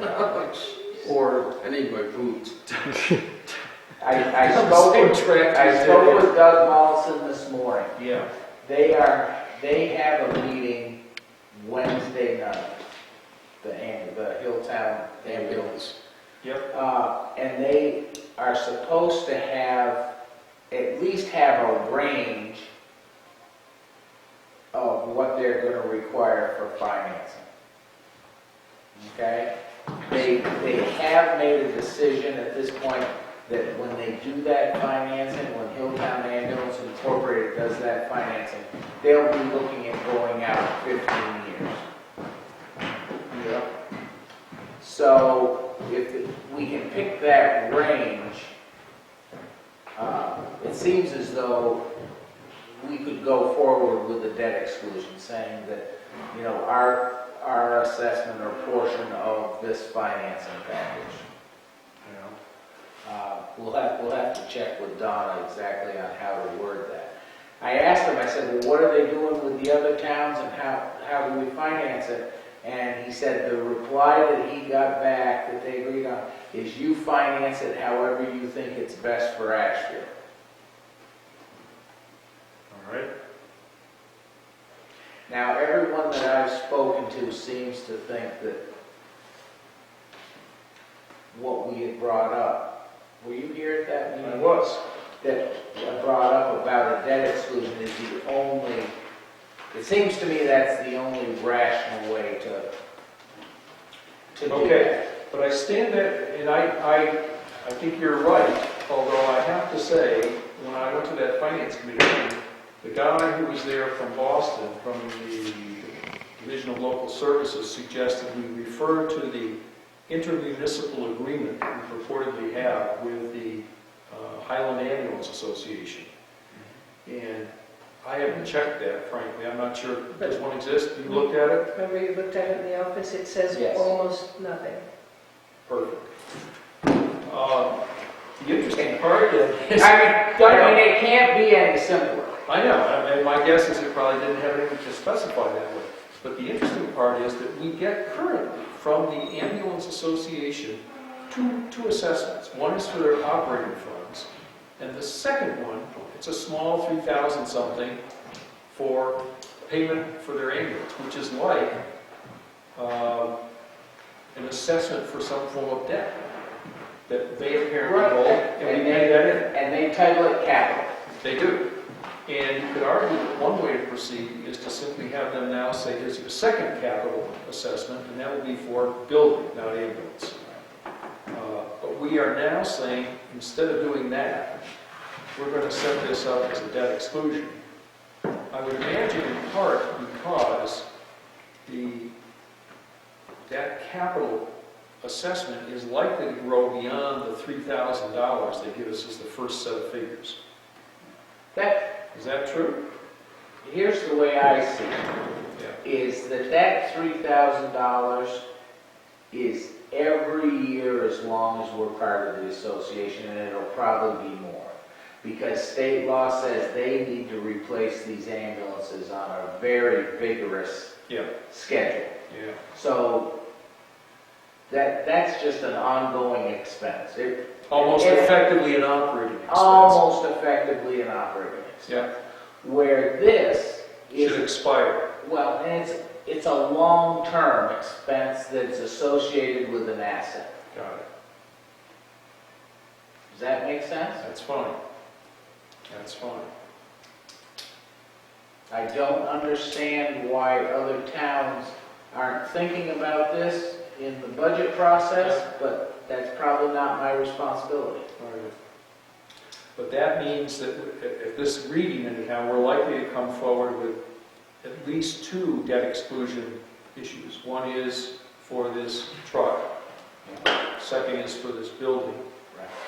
And are there any other capital requirements? I heard nothing from the police department, and I don't think Dell alluded to anything that stands as a real capital expense that I see. There's nothing that I see on the horizon. One thing to remember that we will be bringing up at annual town meeting is an article about what to do with the lien on the Ashfield House. All right. That's an outstanding piece of business. That's an outstanding piece of business that we voted that we would bring it up at annual town meeting. Correct. So Are you that's gonna- that's another thing that we're going to have to get from Donna on what the wording would be. And I've talked to her a little bit about it already. Would you want to scout back to the authority to ask if there's any potential prospect of getting them to put any kind of an offer on the table if they would be to buy us out of that? We're working through the channels on that. Chance, okay, good. I called my friend Kerry, and he told me that that's what you use. We discussed that last time, didn't we? With the authority, with Robin. She said she could go up to $5,000. That's what I recall. Our finance 5,000. committee had recommended 30 or something like that. Was it 25 or 30,000? It was significantly more. Yeah. All right. But I had a feeling at that time that 5,000 would do. We passed up the good thing. All right. I guess the other thing that, while we kick these numbers around, is we need to make a list, and I need to spend half a day and come into the office and work with Mary on this, but we need to be kind of thinking about what's coming off. It's pretty easy for us to make a list of things that are going on. You know, as far as, Like what? well, the dam and the retaining wall. Oh, yeah, it's, but we You know know, what's going on. but we gotta kind of look at, you know, what did we vote last year that we don't necessarily need this year? Right. I think it's a pretty damn small list, but if it's on the right lines, it helps. Sure. I mean, one of the big things is not having, that affects the levy, is not having the town common. Right. Okay, because we've been grabbing $15,000 off of the levy for that. Right. Also, As far as putting the truck on, you know, we've got a truck coming on. correct. When does that come off? It's paid this fiscal year. Okay. So, and a new truck wouldn't go on until 16. The payment for, if we buy a truck in 15, that payment won't be until fiscal year 16. And how do the two payments compare? Take a guess. I mean, is it, I what's think the old they'll be, truck? the old truck's 49, the new one will probably be 60. They're about equal value, or a little bit more. Did the grader go in place of that truck? Or? The grader will slide in. Yes. Oh, you gotta keep sliding them in, yeah. Well, I didn't say it was gonna be a vacant hole, but it's, Yeah. but there is a year in between there. And at some point, we'll have to make a decision. Will we pay for that grader when we get a clear look at our finances in 1 year? Or will we split it up over 2 years? But I'm just saying, I thought the truck was coming off for this year, we kind of slid the grader in for this year and next.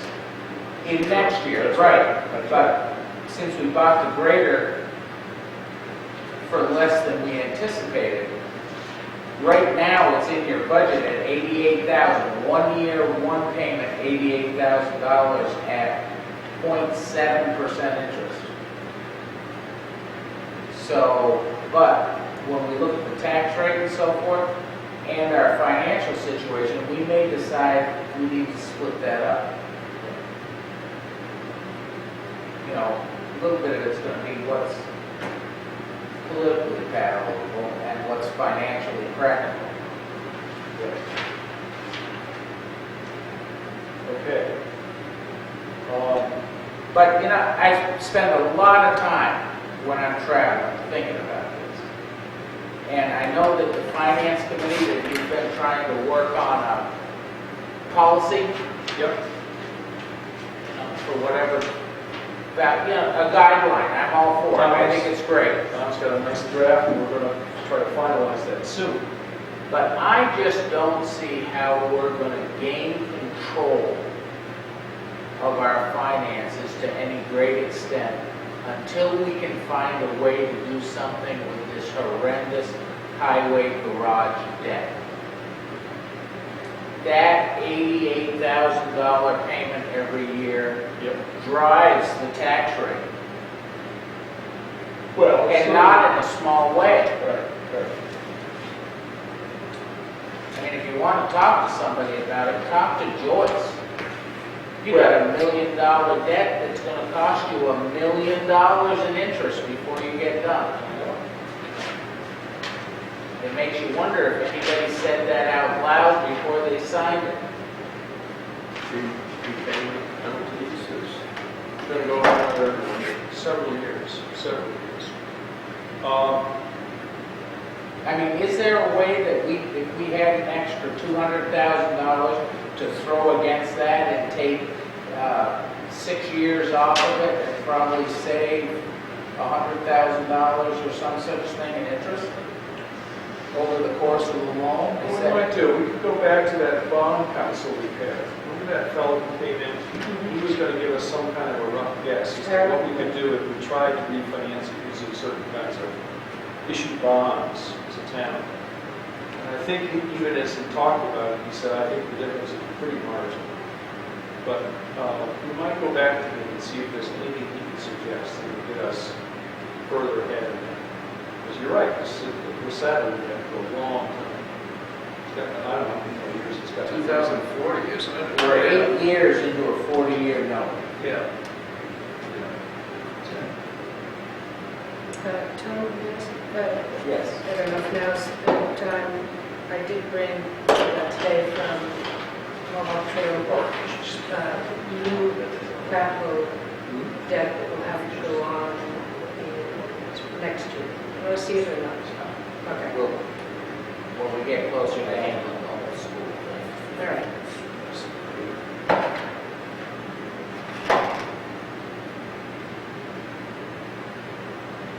I don't know, those are the kind of things that are going through my mind.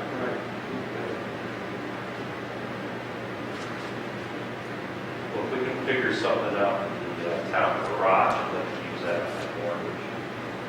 I beg your pardon? So if we could find something out for that town, for the town garage, we could use the same principle on my mortgage. Right. Yeah. Well, we're gonna go through a lot of free cash here if we start spending all this money. We're in a pretty good position right now. We've got a lot of things ahead of us. Well, when you're thinking about that, you're correcting your free cash figure. What's Right that? up to 250,000. I know. But we've also talked about on the finance committee the importance we think of getting started on starting to fund this other post-employment benefit liability. It's huge. So I put, We add that to our list of things that we've got to set money aside for, and really do some serious spending. Have we got that on the list? Is that in the budget? it is under employee benefit accounts. I added a note like stabilization. Right. I just threw in 5,000 as a placeholder. Right. However, we went to a legislative breakfast where for the second time, I heard, I think it was from the mayor of Gardner, the time before it was at the called council. I'm starting to hear now that people believe that the liability has been overestimated. It doesn't mean it's not there, and it doesn't mean we should do something, but that it may be calculated on incorrect assumptions to some degree. Right. I see it. Thank you, Mary, for flagging. That's good. But it's there with 5,000, I can Yep. change that Yeah. up, down. Good placeholder. Is that the right number? What's that? Right number for It's a now? number. All right. It could be one as a placeholder. Yep. Okay. Has anybody had any brainstorms concerning the sidewalks? 2 weeks ago, that was brought to us. Yes, it was, and that's another one of these initiatives that people in the town, take it important as I can understand it, we're invited to site some equipment in the next couple of days down at Mike Scalzi's. Because apparently, a secure piece of equipment to look at, that could be rented or bought, if the town chose to go ahead and have somebody responsible for cleaning sidewalks. I have to say the mechanics of this whole thing baffle me a little bit. People talk about, well, a lot of people do cleaning up their sidewalks, so this would be only for the purpose of taking on the pieces that aren't done. But the minute somebody starts running a piece of equipment down the sidewalk, if I were the property owner, I'd say, terrific. There's no need for me to shovel, let somebody else take it. So it's not quite as simple as it might seem to kind of figure out what this is going to cost and who to do it and so on. The minute you talk about deeding it over to the highway department, if that's what should be done, because they're clearing roads, they're clearing sidewalks, rights of way, whatever you want to talk about it, I can see somebody saying, well, we're going to need some more manpower for that, to hire somebody, so there's another bump in cost potentially. I don't know if there's reserve manpower that's not being fully utilized during winter times or not. It seems like we're out plowing roads. You could argue this is an additional bit of plowing. Hard to say. Remember, one of the things that goes into winter roads is any overtime. Yeah. Not the regular time, but the overtime. So what's being done about that isn't totally clear to me, other than the fact that Richard Craig, who was here a couple weeks ago, talking about the need for this, has kind of organized this, and I know Ron will take a look at it. I'm going to take a look at it Tuesday. Tomorrow? Yeah, tomorrow. They has a schedule up there, is it noon till 6 It's or the something? Afternoon of Tuesday, In the yeah. morning on Wednesday.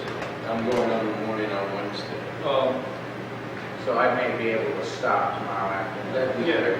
Yeah, I'm gonna go around 4:30 or so.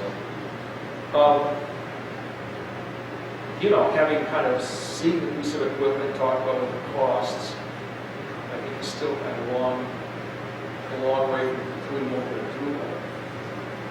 It's going to be an interesting discussion on the town floor, I think, ultimately. Yeah, I really do. Well, I mean, I think what's got to happen, I don't, my concern is we left it, I thought a couple weeks ago, it was just kind of general terms, and that always disturbs me. A lot of people say, if you're going to do something, what's involved? Here's somebody who said they will do it for this much money, they'll do it for a trial season. Every snowstorm, they'll clear the sidewalks or ensure that they're all cleaned up in a way that people can pass through okay. And that's going to cost this much money. Then you've got something to talk about, I think. It's just left that this is a good idea. People can sign up for that easily, but as a finance committee member, I vote against anything like that until I hear what it's going to cost, how it's going to fit in the budget, whether we can afford it, relative to other stuff we think we need to do. It's the old problem that, you know, other people kind of leave it to be done by somebody else. What do you think? well, I think that if the town undertook the whole sidewalk, Yeah. I may be overestimating it, but that's not the way I normally am. The way I normally am is I underestimate what anything actually costs. Yeah. But I think if you had the town in charge of clearing the sidewalks, it would be 10% of your winter roads budget. Really? Wow. It's a number, Yeah. and I wonder if the town voted. And I go back to it, I really feel that it's two separate votes. That one of them is to rescind the action where they voted that they were seasonal sidewalks. We would have to look up that vote Yeah. and rescind that. And then decide, then there would be another vote to decide what they were going to do in lieu of that. Right. Was there a vote, you say, that called them seasonal I am sidewalks? absolutely positive that there was a vote that it was a seasonal sidewalk. And I believe it was a town meeting vote. I think so, and I remember the big fight, for sure. And So, went ahead with the idea that it would be a seasonal site. So, I'm just throwing mud at the wall.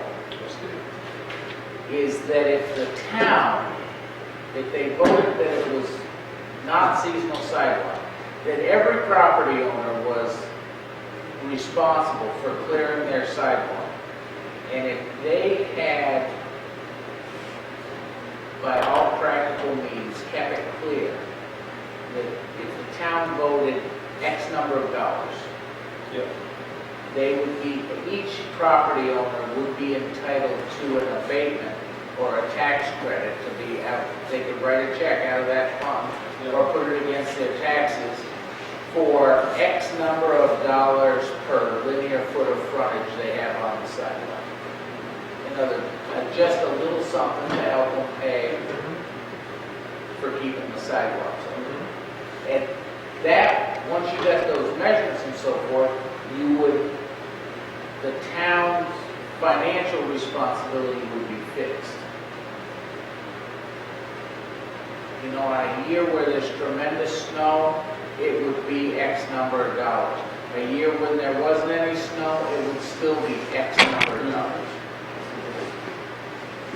I'm just trying to be a little creative. I understand, and that would leave the responsibility for actual snow clearance on the part of the property owner? Correct. But then you've got people who's not, I'm thinking next to the Congregational Church over here with the, is it Pages? That does not mean they're not responsible, I understand that, but they're not there, are they? but they're, But, okay, and so if they're responsible and they're not here, people, snowstorm people all comes. over this town go to Florida for the winter, but they're still responsible for their tax bill. And what happens after the snowstorm? 2 days go by, the snow is still there. I think the Pages would be the least, they would have somebody contracted to take care of it.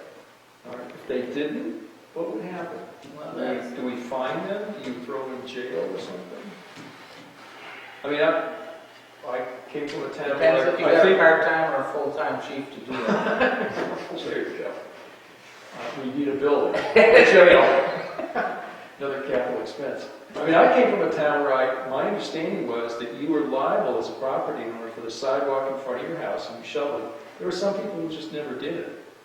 And I don't think there was any enforcement action ever taken against these folks. I mean, I wasn't aware if there was, or fines or anything like that.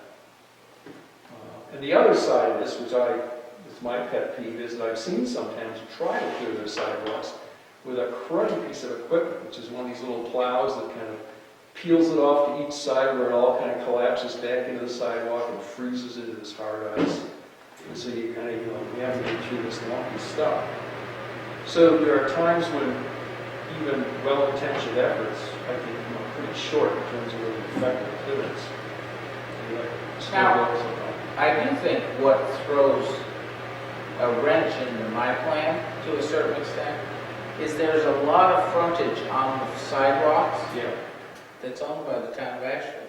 Well, yeah. So if the town of Ashfield was in the business of clearing, or tax exempt, Yep. they're owned by the town, or Churches. tax exempt property, thinking the churches, community hall. In that case, if you had to get set up to do a third of the sidewalks, what's the big deal in doing the other 2/3? So, I'm not so sure the town should do it, and I'm not so sure they shouldn't, but I do believe in consistency in doing them all the same way. And I think that the minute you have 40 people doing them versus one person who just goes all the way down one end of the street and comes down the other or something like that, I think there's some economies of scale to do it appropriately. Not to use the plow that you're talking about, but something that throws the snow out of the way. Someone whose job it is to do all the roads, all the sidewalks the same way. If the town decides they want to do the sidewalks and that it's important to the town, I think people should be able to rely on the fact that the sidewalks are done the same way. I really do. It's like the roads, I think it's really, really important. I can see the merits in what you're saying on having the landowners do it, but there are a lot of elderly people who can't do it, and there are people who won't be around to see that it gets done. So then you get that same sort of liability issue. Someone coming. The other day I was walking on the sidewalk and slipping, sliding around and saying, oh my God, and then you get out into the road where the pavement is half good and you can get some traction, and you're looking at vehicles coming through pretty fast, so it's a worrisome situation. well, I think one of the things we have to be aware of, and makes it pretty binding for me, is that if the town decides to maintain all the sidewalks, they gotta maintain them, not just snow removal. And these sidewalks were not really designed with a lot of extra drainage. Okay? And so ice will always be a problem on these sidewalks. They're not, if you look, these sidewalks are not at all elevated. But there's a The difference. water doesn't want to run away from them at any point. My folks wear these crampons all the time, these little springy things, and I can deal with ice better than I can deal with coming to a spot and not being able to. Yeah. Yeah, no, and I understand it, but if the town's maintaining it, people aren't gonna want the snap-ons. They're gonna, if the town took the responsibility of clearing that sidewalk, I believe that anybody slipping on some ice, just as it may be on somebody's homeowner's insurance, if they did it in front of my house and I was responsible, okay, that they'd be knocking on the town of Ashfield's door. I think you're talking about a very expensive proposition in doing this. I mean, if you start talking about a piece of equipment that's gonna do this, you're gonna want a, 4-foot enclosed, $10,000 or $20,000 machine that can blow snow out of there. That's 3 feet wide. I think it's a very expensive proposition.